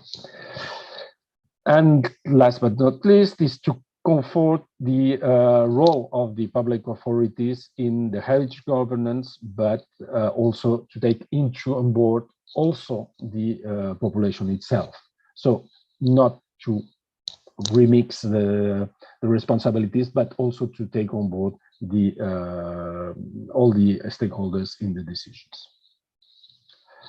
Very briefly, you can see what are the countries who has already ratified and signed. In this map, it was adopted in 2005 in Faro, as I say, entered into force in 2011. Don't enter on the details of entering into force for international prospects. Now, until today, there's 21 countries who has ratified. Here you have the list, and the last one is Estonia, who joined. Who ratified it last week. It's also signed by 6 additional states who has not yet ratified, but we have good hope that in the future they will ratify. And the last one is also from this year, Cyprus, who has signed it. So we see that there is still some interest in the content of this convention from the countries in order to join. Maybe just to recall what is the convention. It's what we call a framework convention. The framework convention, the idea is that it doesn't define a very, very concrete way of doing the things. It defines more lines of action. So from this point, it doesn't create specific obligations, but it's more going along the suggestion and then imposing. From that result, it's also a little bit less a constraint for the countries than the other more traditional conventions, where you have a very strong monitoring approach and even in some of them some sanctions. Here it's not the idea. So from this point of view, it doesn't generate specific rights by the ratification, but nevertheless the countries has recognized the importance of these principles and have the responsibility to do it, to preserve it, to implement it in the most adequate way related to their situation. In order to move from a convention, who is a very legal tool, the Council of Europe has continued to develop activities related to this Faro Convention, apart from the usual advocacy in order that the countries join it, but also to try to give food for thought, let's say, for the countries, and to motivate them to join, and also to, in some sense, support morally, I have to say more in this sense, the activities who are following these principles within the different countries. And on that, we try to translate these Faro Convention principles in more practical aspects. So how we do it? First, we collect some field-based knowledge and expertise from member countries. We try also to provide how these principles can have an impact on current societal challenges. And we also promote some specific cases, study specific cases who are more in line with the priorities of the Council of Europe. So, for example, the aspects of migration and or of rural development and so on. And for that, we developed what we call the Faro Action Plan, who tries to support these principles and to make it more operational. So the lines that we try to promote is to insist on these heritage-led people-centered actions. We also try to promote a pan-European network to exchange the experiences and also the solutions that can emerge. We also organize workshops to try to develop innovative ideas related to that. And also one point that is also important is to make this concept of what is invisible to be visible, who is very much related to this diversity of perception of cultural heritage by different communities in order to evaluate it. So all in all, what we tried is to promote this regeneration of the communities through the use of cultural heritage. And you have the link for the more details in our website. Of course, within this present context, as everyone, our activities were quite reduced this year. But I think in 2019 we tried to focus on maybe the promotion and consider the perspectives of this approach. So we have a new brochure who is bilingual. I encourage you to consult it. It's on our website, and it's we have a printed version who is English, French, but we also now promoting to have internet other languages versions in order to reach more the civil society, because it's one of the aspects. We try to address also civil society to motivate them to be involved in cultural heritage preservation and evaluation. So you see we have a certain amount of countries already done and others in preparation. And at the same time, last year celebrates the 15th anniversary of the signature of the convention. And on that, we prepare a video trying to emphasize the different viewpoints of different stakeholders that can appear. Of course, international organizations, the national authorities, what it represents for them, the local authorities, because we know that cultural heritage is very much related to the local authorities, the NGOs who are working in the cultural heritage domain, but also the citizens' viewpoint more generally. And we try to involve different partners that we have in this work in order to present what is their vision on that. You can also find the video on the website. So now, if you see correctly, in the previous times, the word tourism didn't appear at all. So, well, it seems that it's not applicable, or what is the actual result? But as we have already discussed previously, and I think the discussions on the last session has made emerge all these aspects on social and territorial potential, social sustainability. We see that this concept of the society, who is one of the official titles of the Faro Convention, it's the value for society of cultural heritage, has emerged. So I think you already see that it's through that there is a link, direct link with within the Faro Convention and what we are discussing today, this more sustainable tourism. As I say, tourism doesn't appear. If you take the convention and you can make a search, you will not see the term tourism appearing at all.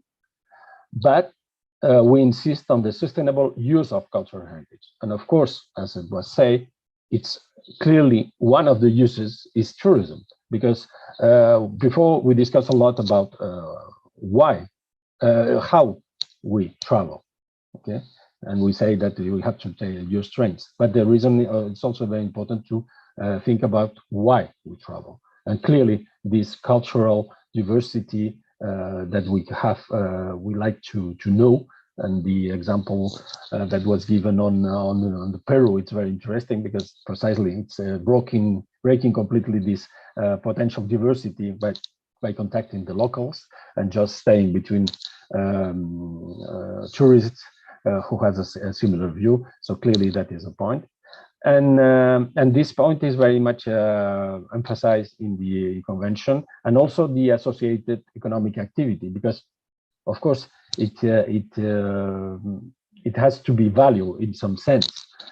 Afterwards we can discuss to what extent we have value and if we have done it correctly. And that are two articles. But also another point that was emphasized in the convention is the impact that can have on the quality of life. And I think here it's one point that we have also treated a little bit, but not too much, is the impact on what we can call the hosts. because the tourism has two parts. One are the tourists themselves, but the other part is the hosting community. And of course, the impact on the hosting community can be very significant, and we have to take it on board.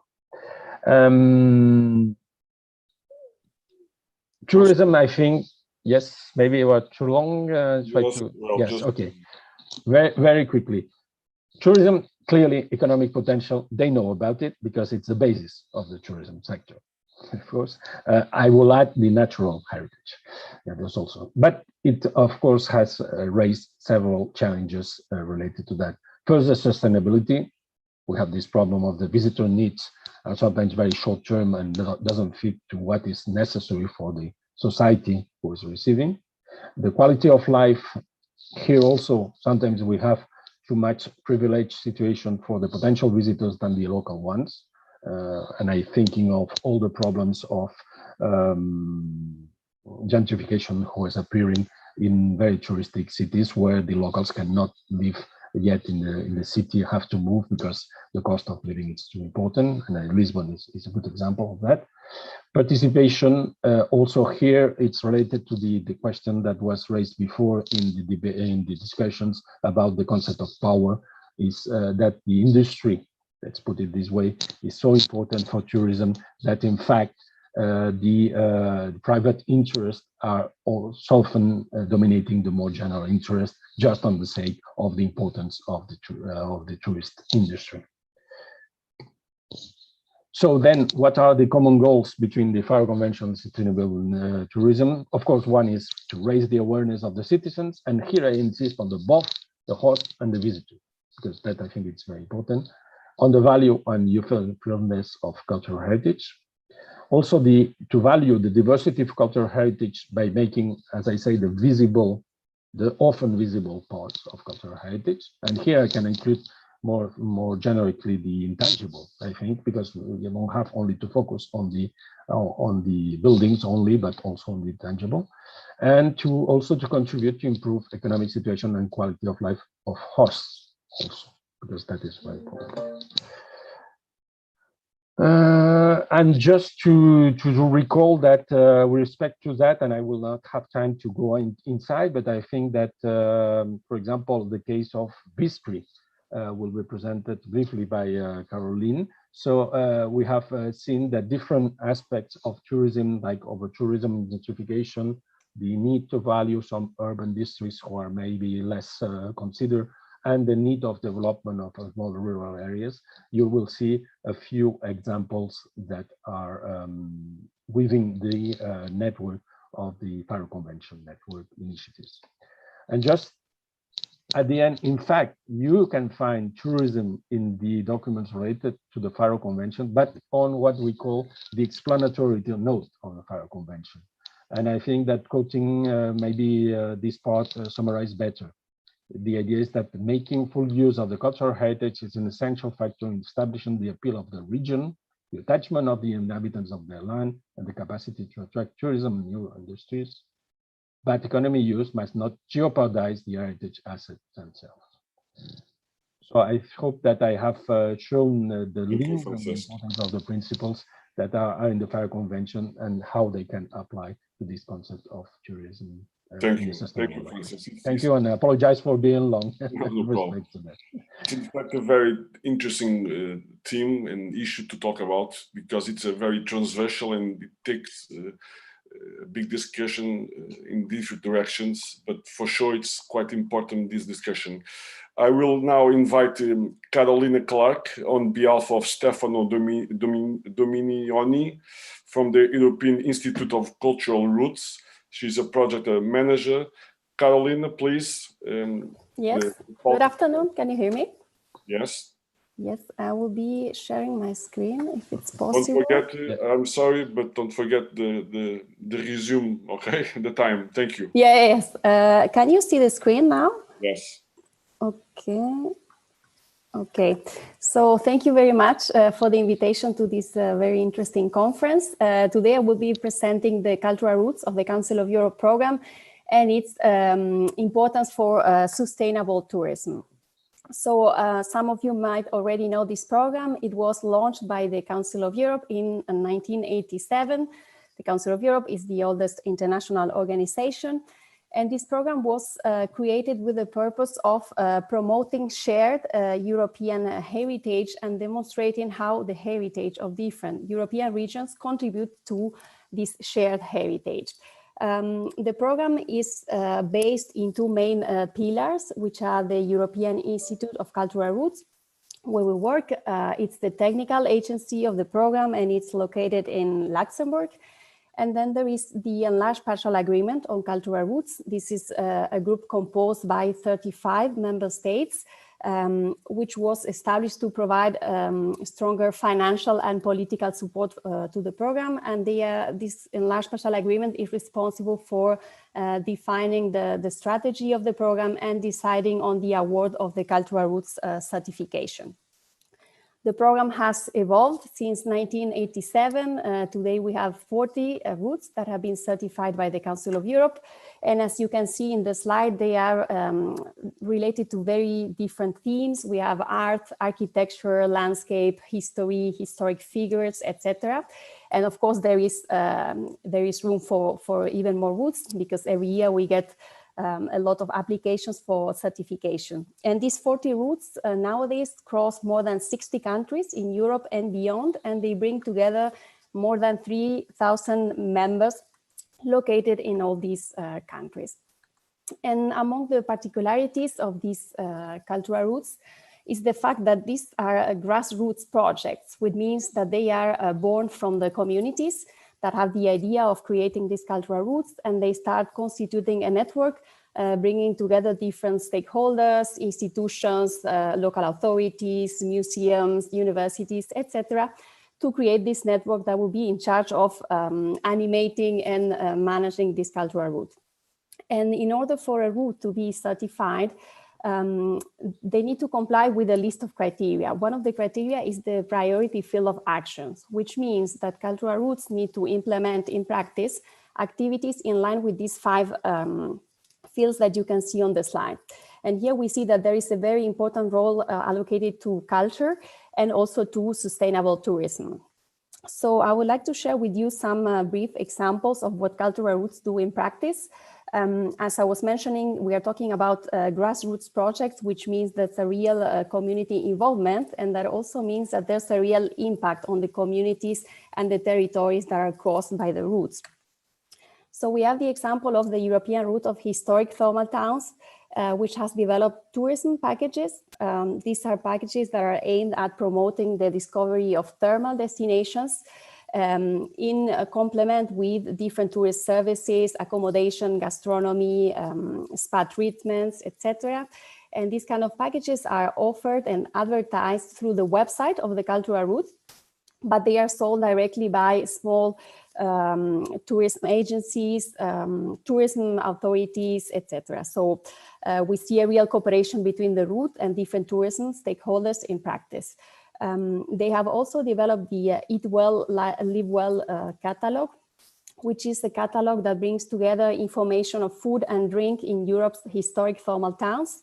And it's a way of promoting the gastronomy and all these tangible and intangible heritage linked to the local cuisine in the different destinations that are crossed by the route. We have also the Itervitis route, which is the wine route that has implemented very interesting initiatives. There is the Itervitis Award. It's an award that was created by the route in order to foster and promote best practices among its members. And the idea is to recognize those projects that are really exemplary, that they are innovative, and to foster the improvement of the practices that are done in terms of wine tourism in the destinations that are part of the route. There are also student exchange programs, such as the one that took place between Georgia and Italy. Basically, there was a group of students that came from Georgia and stayed in Italian wineries. And this was the opportunity for them to have a professional training, to learn about local techniques, local practices, but there's also a real cultural experience because they managed to spend time with local families and to experience the local and traditional lifestyle. There is also a tourism catalog for the Adriatic and Balkan region that was developed by this route. And the idea of this catalog is to promote less known wine destinations in this area. Another interesting example is the one that was implemented by Via Francigena. It's a project called Stop and Taste. And the idea of this project was to partner with a region, the region of Parma, and its famous Parmigiano Reggiano cheese. So basically here what they propose is that tourists, while they travel along the route, they can discover local products. So this project meant that there was the involvement of restaurants, of markets, local producers, dairy farms, and all these local actors are involved in a project that promotes the discovery of the region, but also of its local products and its tangible and intangible heritage. And it's a way of linking the route with the territories that it crossed. I don't have the statistics right now, but the route did an analysis also of the impacts of this project, and they found that the number of visitors increased considerably during the period that they started doing this project. And of course, that is translated into benefits for small and medium enterprises of the territories that are part of this project. And finally, there's another example of the roots of the olive tree, who has developed the Well Olive project. These are tourist packages aimed at offering rural tourism experiences that combine wellness with the discovery of olive oil heritage.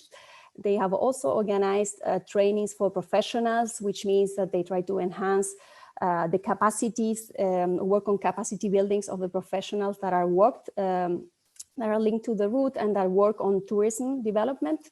And finally, they Go There Now, which is the project of creation of local information points that was done in cooperation with local tourism offices. And the idea was not only to provide information to visitors about olive oil heritage and heritage of the different municipalities, but also to provide information to the local community and to make them understand the value of their heritage, to sensibilize them and to promote their appropriation of the local heritage. These are just some brief examples of what cultural routes do in practice and how they can contribute to sustainable tourism. So we can see from the very different examples that cultural routes play a very important role for sustainable tourism. And this is because 90% of the routes cross rural areas. So that means that they provide opportunities for less known destinations to become part of bigger networks, to become visible. They attract visitors off the beaten track to discover these minor destinations. And as they can become members of this network, they can develop synergies and cooperative strategies with other destinations, work together, share knowledge, share their resources, optimize their resources. That means that cultural routes become an engine for sustainable development and also for the improvement of local economies and employment. So to summarize, it would be important to highlight that cultural routes are a very good model for heritage promotion and protection, and also for slow tourism, sustainable tourism, and for boosting local economies. We don't have a lot of time today, but I invite you to take a look at our website where you can find more information about the Cultural Routes program, and I remain available for any questions that you might have. Thank you. Thank you, Carolina. Very interesting. I will now invite our guests for some comments and questions. Chiara Rabbiosi from Italy, Padova University. Chiara, please, do you want us to yes. the comment? There I am. Can you hear me? Yes. Yes, great. So thank you really, the organizers of this conference and all the people that are interacting as speakers or commentators, and then moving from what I've heard in the previous 2 hours to the comments I read on YouTube. And okay, my mind is a bit a mess now. So I just want to raise 4 points for this session that definitely to me raise the issue of culture not being just a sector to which a lot of articles also on the economy and its development in the last 20 years have posed attention, but really as a producer of symbols that are living and living symbols that we continue reproducing. And I think that in most of the debates around culture, especially in tourism, the issue of conflict and social conflict is erased.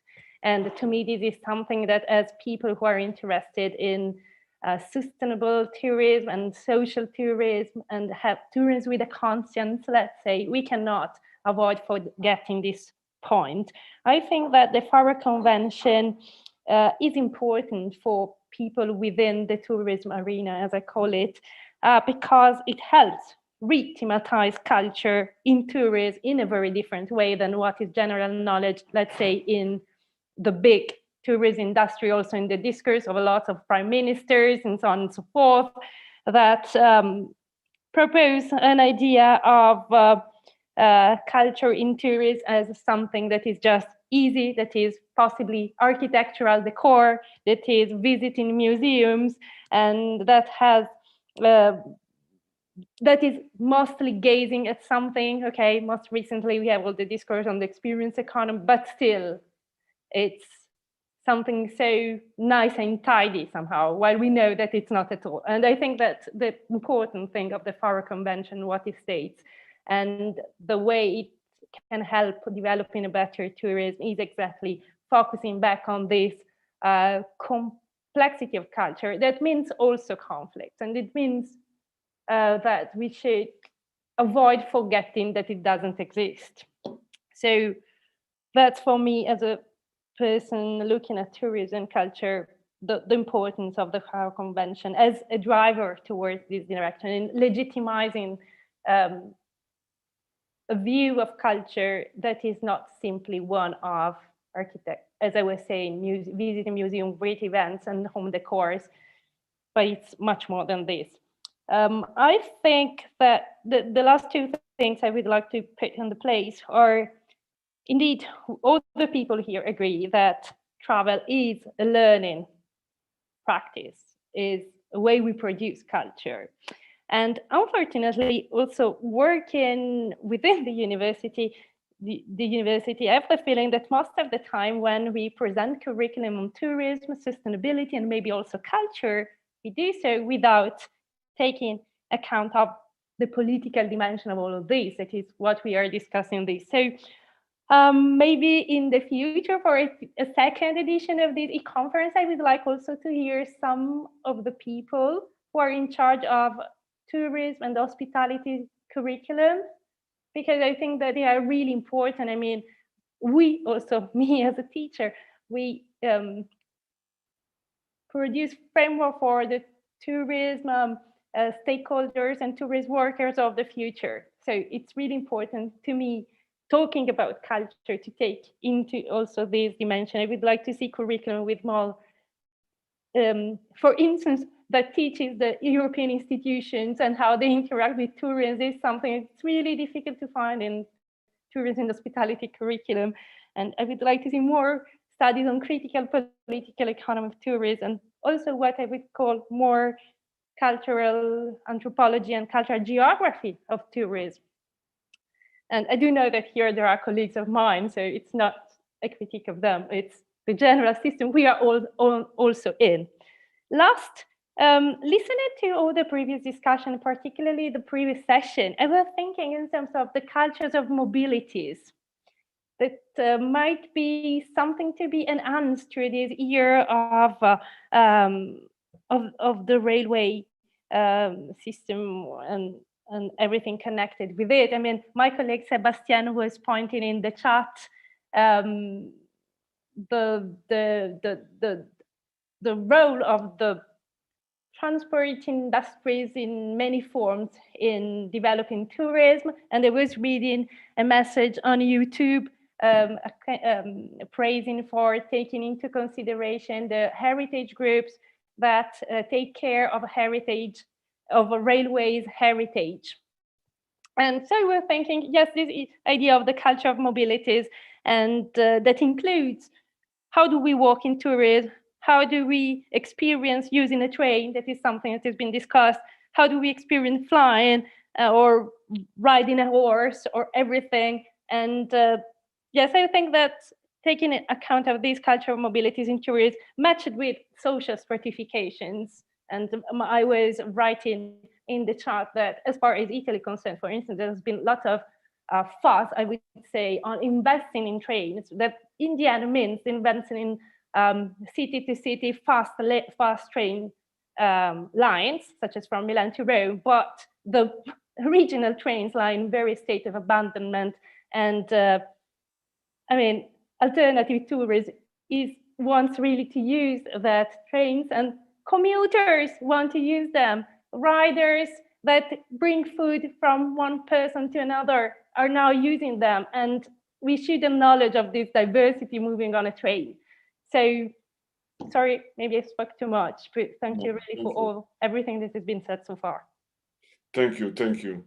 I invite now Caroline Vermeulen from the Faro Convention Network. She's from Romania and she has some examples also to show us and to talk about. Caroline, please. Yes, thank you very much for inviting me to be part of this very interesting conference. I think, can you see my share screen? Yes. Yes. I'm very proud that I represent today the Faro Convention Network. And also we are all proud in my village, what you can see behind on horse, my daughter on horse back, that the Council of Europe has accepted Viscri as a study case on the implementation of the Faro Convention. I must start also my little intervention with my thoughts, exactly as Francesc has told us before. In 90, after the changes in Romania, when we finally have been free of communism, I thought how to protect the heritage I inherited from my ancestors since 800 years. Why to protect it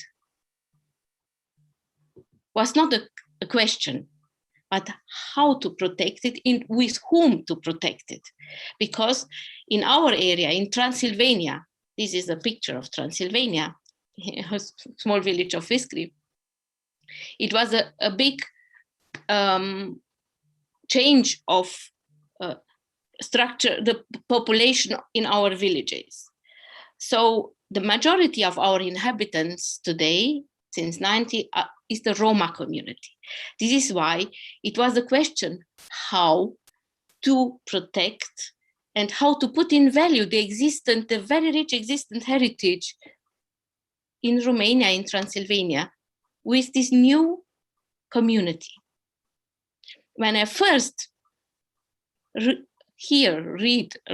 wrote about the Faro Convention principles, I thought, this is exactly what we are doing since 14 years in Romania or more.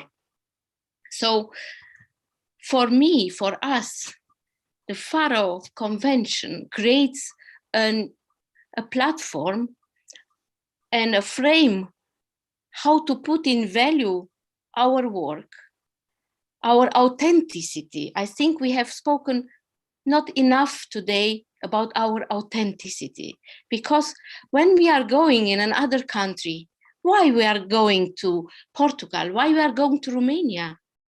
Because we try to find the authenticity of this place.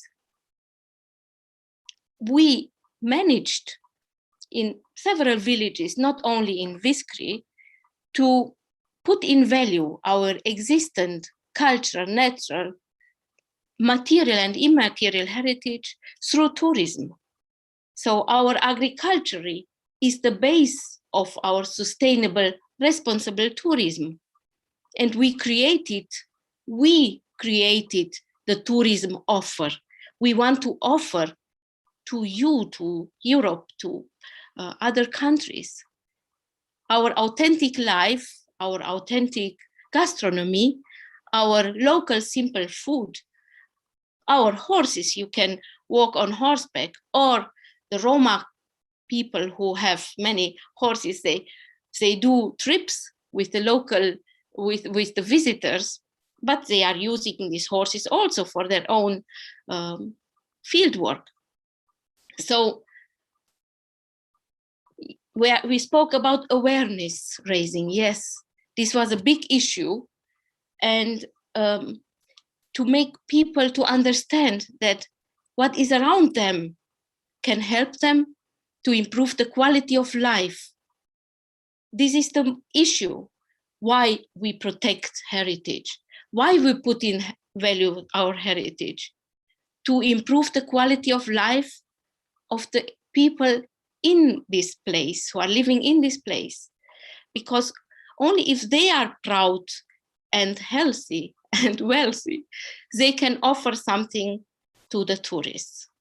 I'm very happy to attend to this presentation also with the cultural roots, because our area, and especially my village, is in many of these cultural European roots.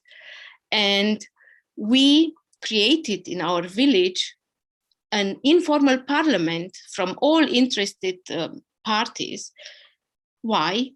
To try and protect the village of over-tourism. 30 years ago, when I started this path to develop sustainable, responsible tourism, everybody thought you are crazy. Nobody will come to your poor village.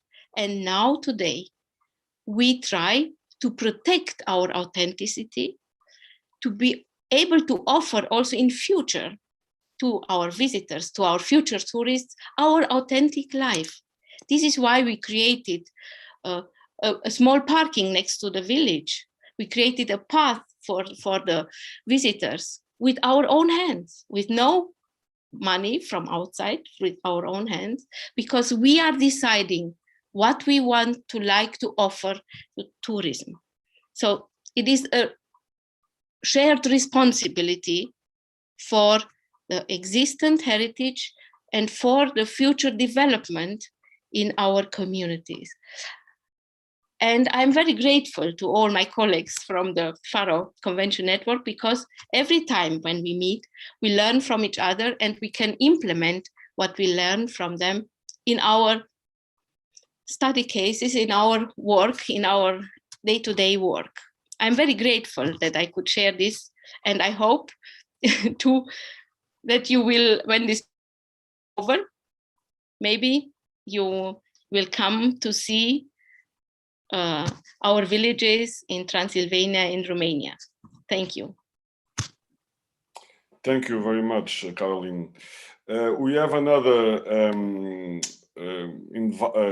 speaker, Annalisa, but we will change her comment about Festival Ithaca for the ending. So now, we have the chat and also the YouTube place for questions. I don't know if there are some questions for our guests. If not, I will ask our main speakers for a last comment. Francesc, you want to start with a quick comment about what we have heard? Yes, Anthony, I think that both Chiara and Caroline has insisted and made maybe more visible what I try to present from the, let's say, the principles.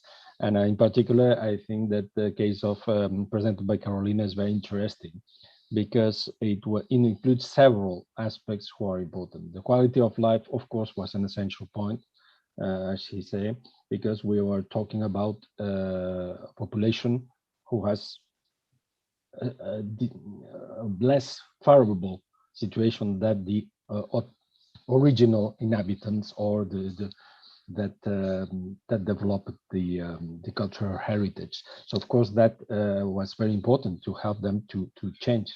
First, to convince them to take on board something who was not directly linked to them, because they were not the ones who had the involvement in the creation of this of this German origin cultural heritage, but they took it, value it, enrich it, and use it for improving their quality of life.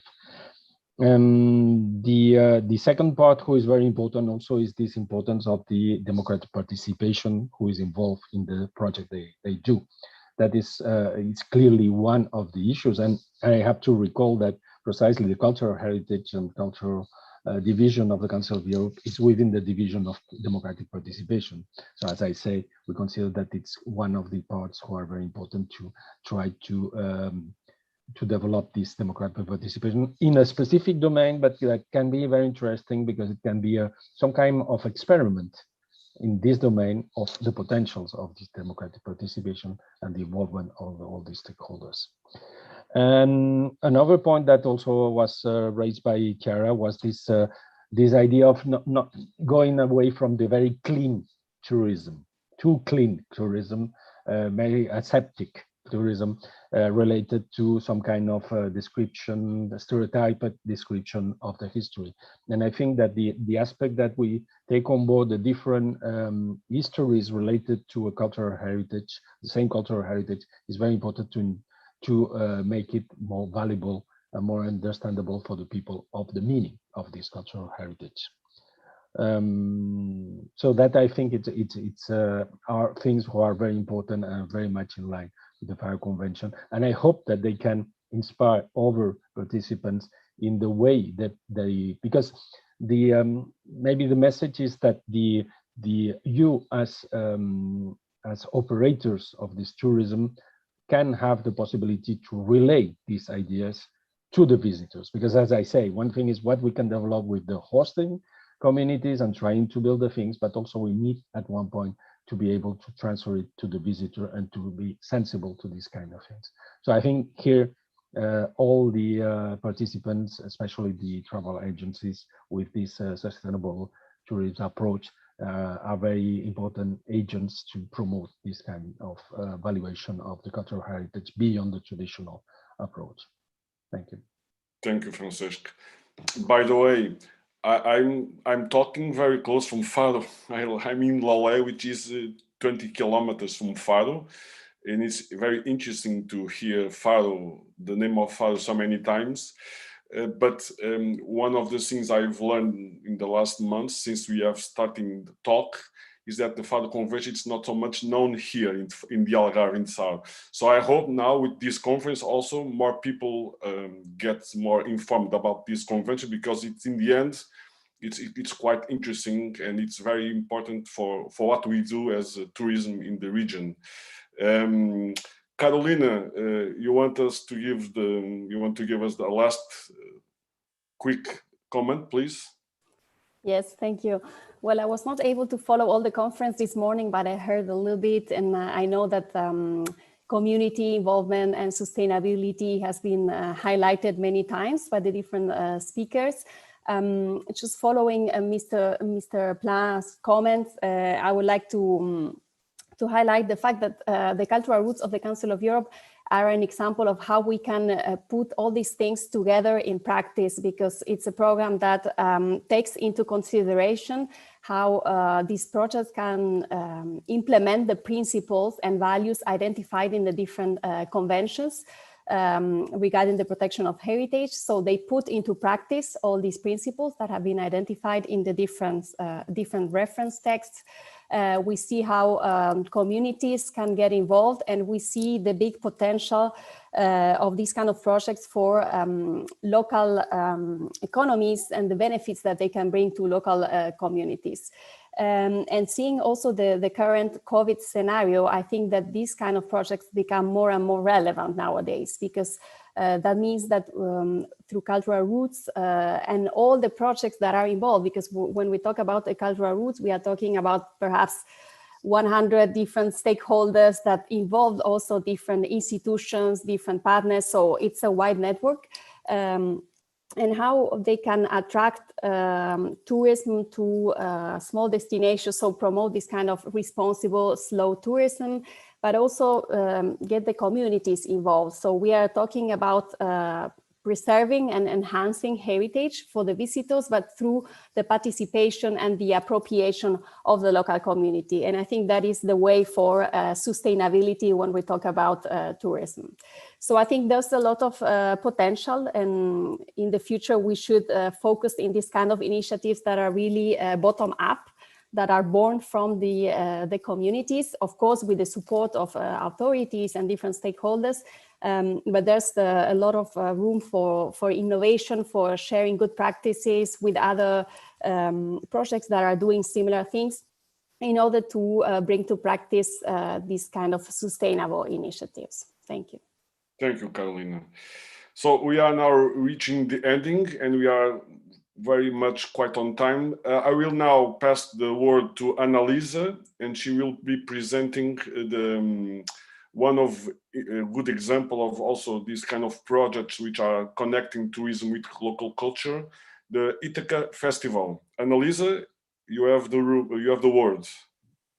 Thank you, João, and actually thank you to Carolina for connecting to what I'm actually saying about how the bottom-up initiatives are fundamental in how we are enhancing sustainable tourism, because actually Ithaca Festival is really based on this kind of movement created in several territories. Currently, there are 25 territories and cities in Italy that are joined in this network, with more than 700 partners organizations that are asking really at the local level how we can make sustainable tourism and responsible tourism a guidance for our places. So it's really put at the center the people.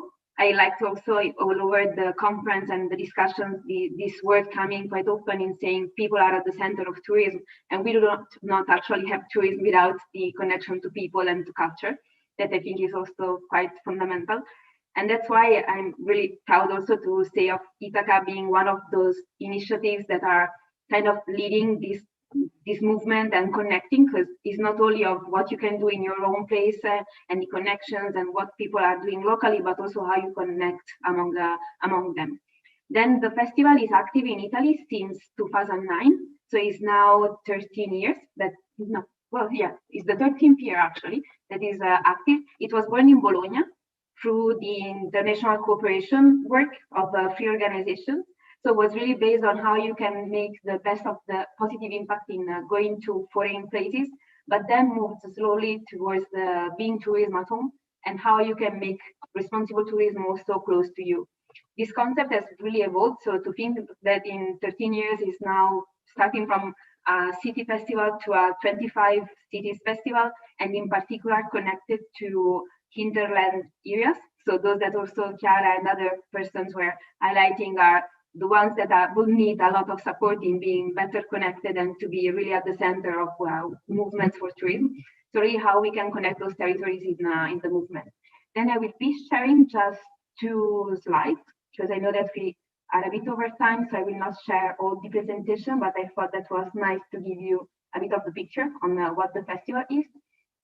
This is the image of what is this year's topic, because every year all this network of territories and partners are gathering together through a specific topic, and this year the topic is the right to breathe, diritto di respirare, which is quite significant and was really supported by all the territories, but it's not only what we have been learning as a fundamental right in this period of the COVID and pandemic, also the right to breathe in this sense of health, but also the right to breathe of territories, the right to breathe in terms of developing the economy should not, in the other side, hinder the environment or the air pollution. So it's really a broad topic, but actually something that is strictly connected also on how our way of perceiving tourism and how our way of getting in touch with communities and with the local actors. So this is going to be the topic of discussion. And we can be particularly proud of saying that one of the initiative, one of the territories of this network is going to be also part of the year of trade. So it's going to be in Sardinia. And it's also where we want to welcome you, because actually we have already planned to continue our discussion that is going on today in Ogliastra, so in Sardinia, in the end of September. where we are really glad to think of continuing this discussion that we are kicking off today, and to host you also to a bit challenge and to see how to get to Sardinia, maybe without flying, or how to come there. So I will be particularly interested in seeing how I can move from Bologna to Sardinia by train and by boat, even if it's a challenge also to kind of experience how we can make those things improve in the future. So that's from my side. So really just inviting to continue the discussion and to invite everyone to continue to be in touch on this topic together. Thank you. Thank you very much, Annalisa. I will now pass the word to my colleague, Julia. So Julia, you have the honor to do the ending of this long session, but very interesting one. Thank you, Joao. Yes, this was a really very interesting conference with so many inputs, and I was trying to listen like behind the words. And for me, what was really very obvious is that it seems that we all have a problem with the connections of the two words tourism and industry, because it feels that they do not belong together. And I was thinking what industry is all about. And I think industry stands for machines. I mean, this is where it comes from originally: factories, pollution, assembly lines. So it's about monotony, interchangeable, headquarters, and so on.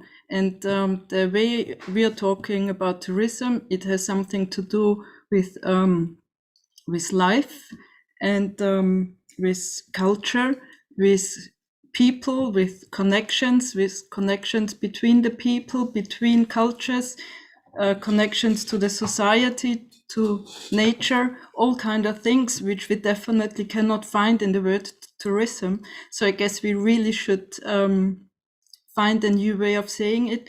And I also wrote down every time someone made a proposal, and there was already tourism sector, tourism dynamic, tourism ecosystem. And then someone said culture of transportation. And I thought, well, actually, maybe we should talk about tourism culture in future, because culture and tourism really have so much in common. Everything culture stands for is more or less what we believe why people are traveling. And so maybe this is really one important way to define tourism in a new way.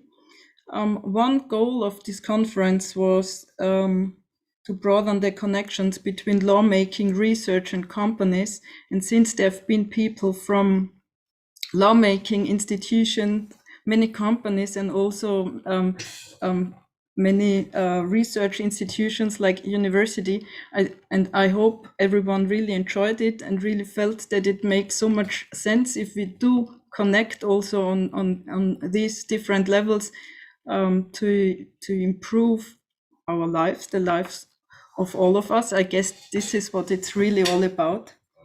And so I really think from the European institutions, I heard that if we want to be heard, we should connect. Well, we started connecting. So I guess we really should keep on this track, get bigger and grow, and find people also from other countries, as well as also in the countries that that are represented here already. And I heard that European Union seems only to talk to big players. So if all the small people unite, then we will be a big player. So I guess this is really what we have to do, to connect the universities, to connect the enterprises, and then the European Union will hear us anyway. And I'm looking forward very much to keep on this start this conversation, and I hope that it really will find lots of other places definitely, as we heard in Ithaca, there will be, I guess, like I think 1 day or even 2 days more or less reserved to this way of interconnecting, and there was already the email how to reach this informal network at the moment by mail. If you want to join, everyone who wants to join, everyone who feels he can help this idea to grow is welcome. And we will just have to find a way how to get more formal and how to get better organized, because at the moment all of us are doing it just besides the real business where we make the money from. So hopefully the European Union will also give us some funding so we can build very professional structures and start a new tourism culture. Thank you. But thank you to everybody. Just for the last information, we are going to publish a video of this meeting on the Facebook group and also on the website. And we will, I think in 1 week, we will send to everybody a synthesis of this meeting. So it's an ongoing process. It's an open process. So if you want to contribute as academics and travel agency, feel free to ask to participate. So the next meeting, it will be September in Sardinia. But before each 2 weeks, we have a meeting of the different travel agencies. So feel free to candidate and to participate. So thank you, everybody. Thank you for the academic, for the travel agency, also for the European and national institution. And see you soon. Bye. And also, I will say thank you to Charlotte and Lola. They have managed the technical part of this meeting. It was not so easy because I say we are a small travel agency. It's the first time we organize this kind of meeting with the direct on YouTube, Facebook, and Zoom. I invite you to go on the YouTube channel. There are a lot of comments in the chat. So I want to thank also Charlotte and Lola. And goodbye, everybody, and see you soon. Bye. Goodbye, everyone. Goodbye. Thank you. Bye. Bye, everybody. Bye Bye. bye. Bye, everybody. Thank you. Bye-bye. Bye. Bye-bye. Thank you, everyone. Thank you.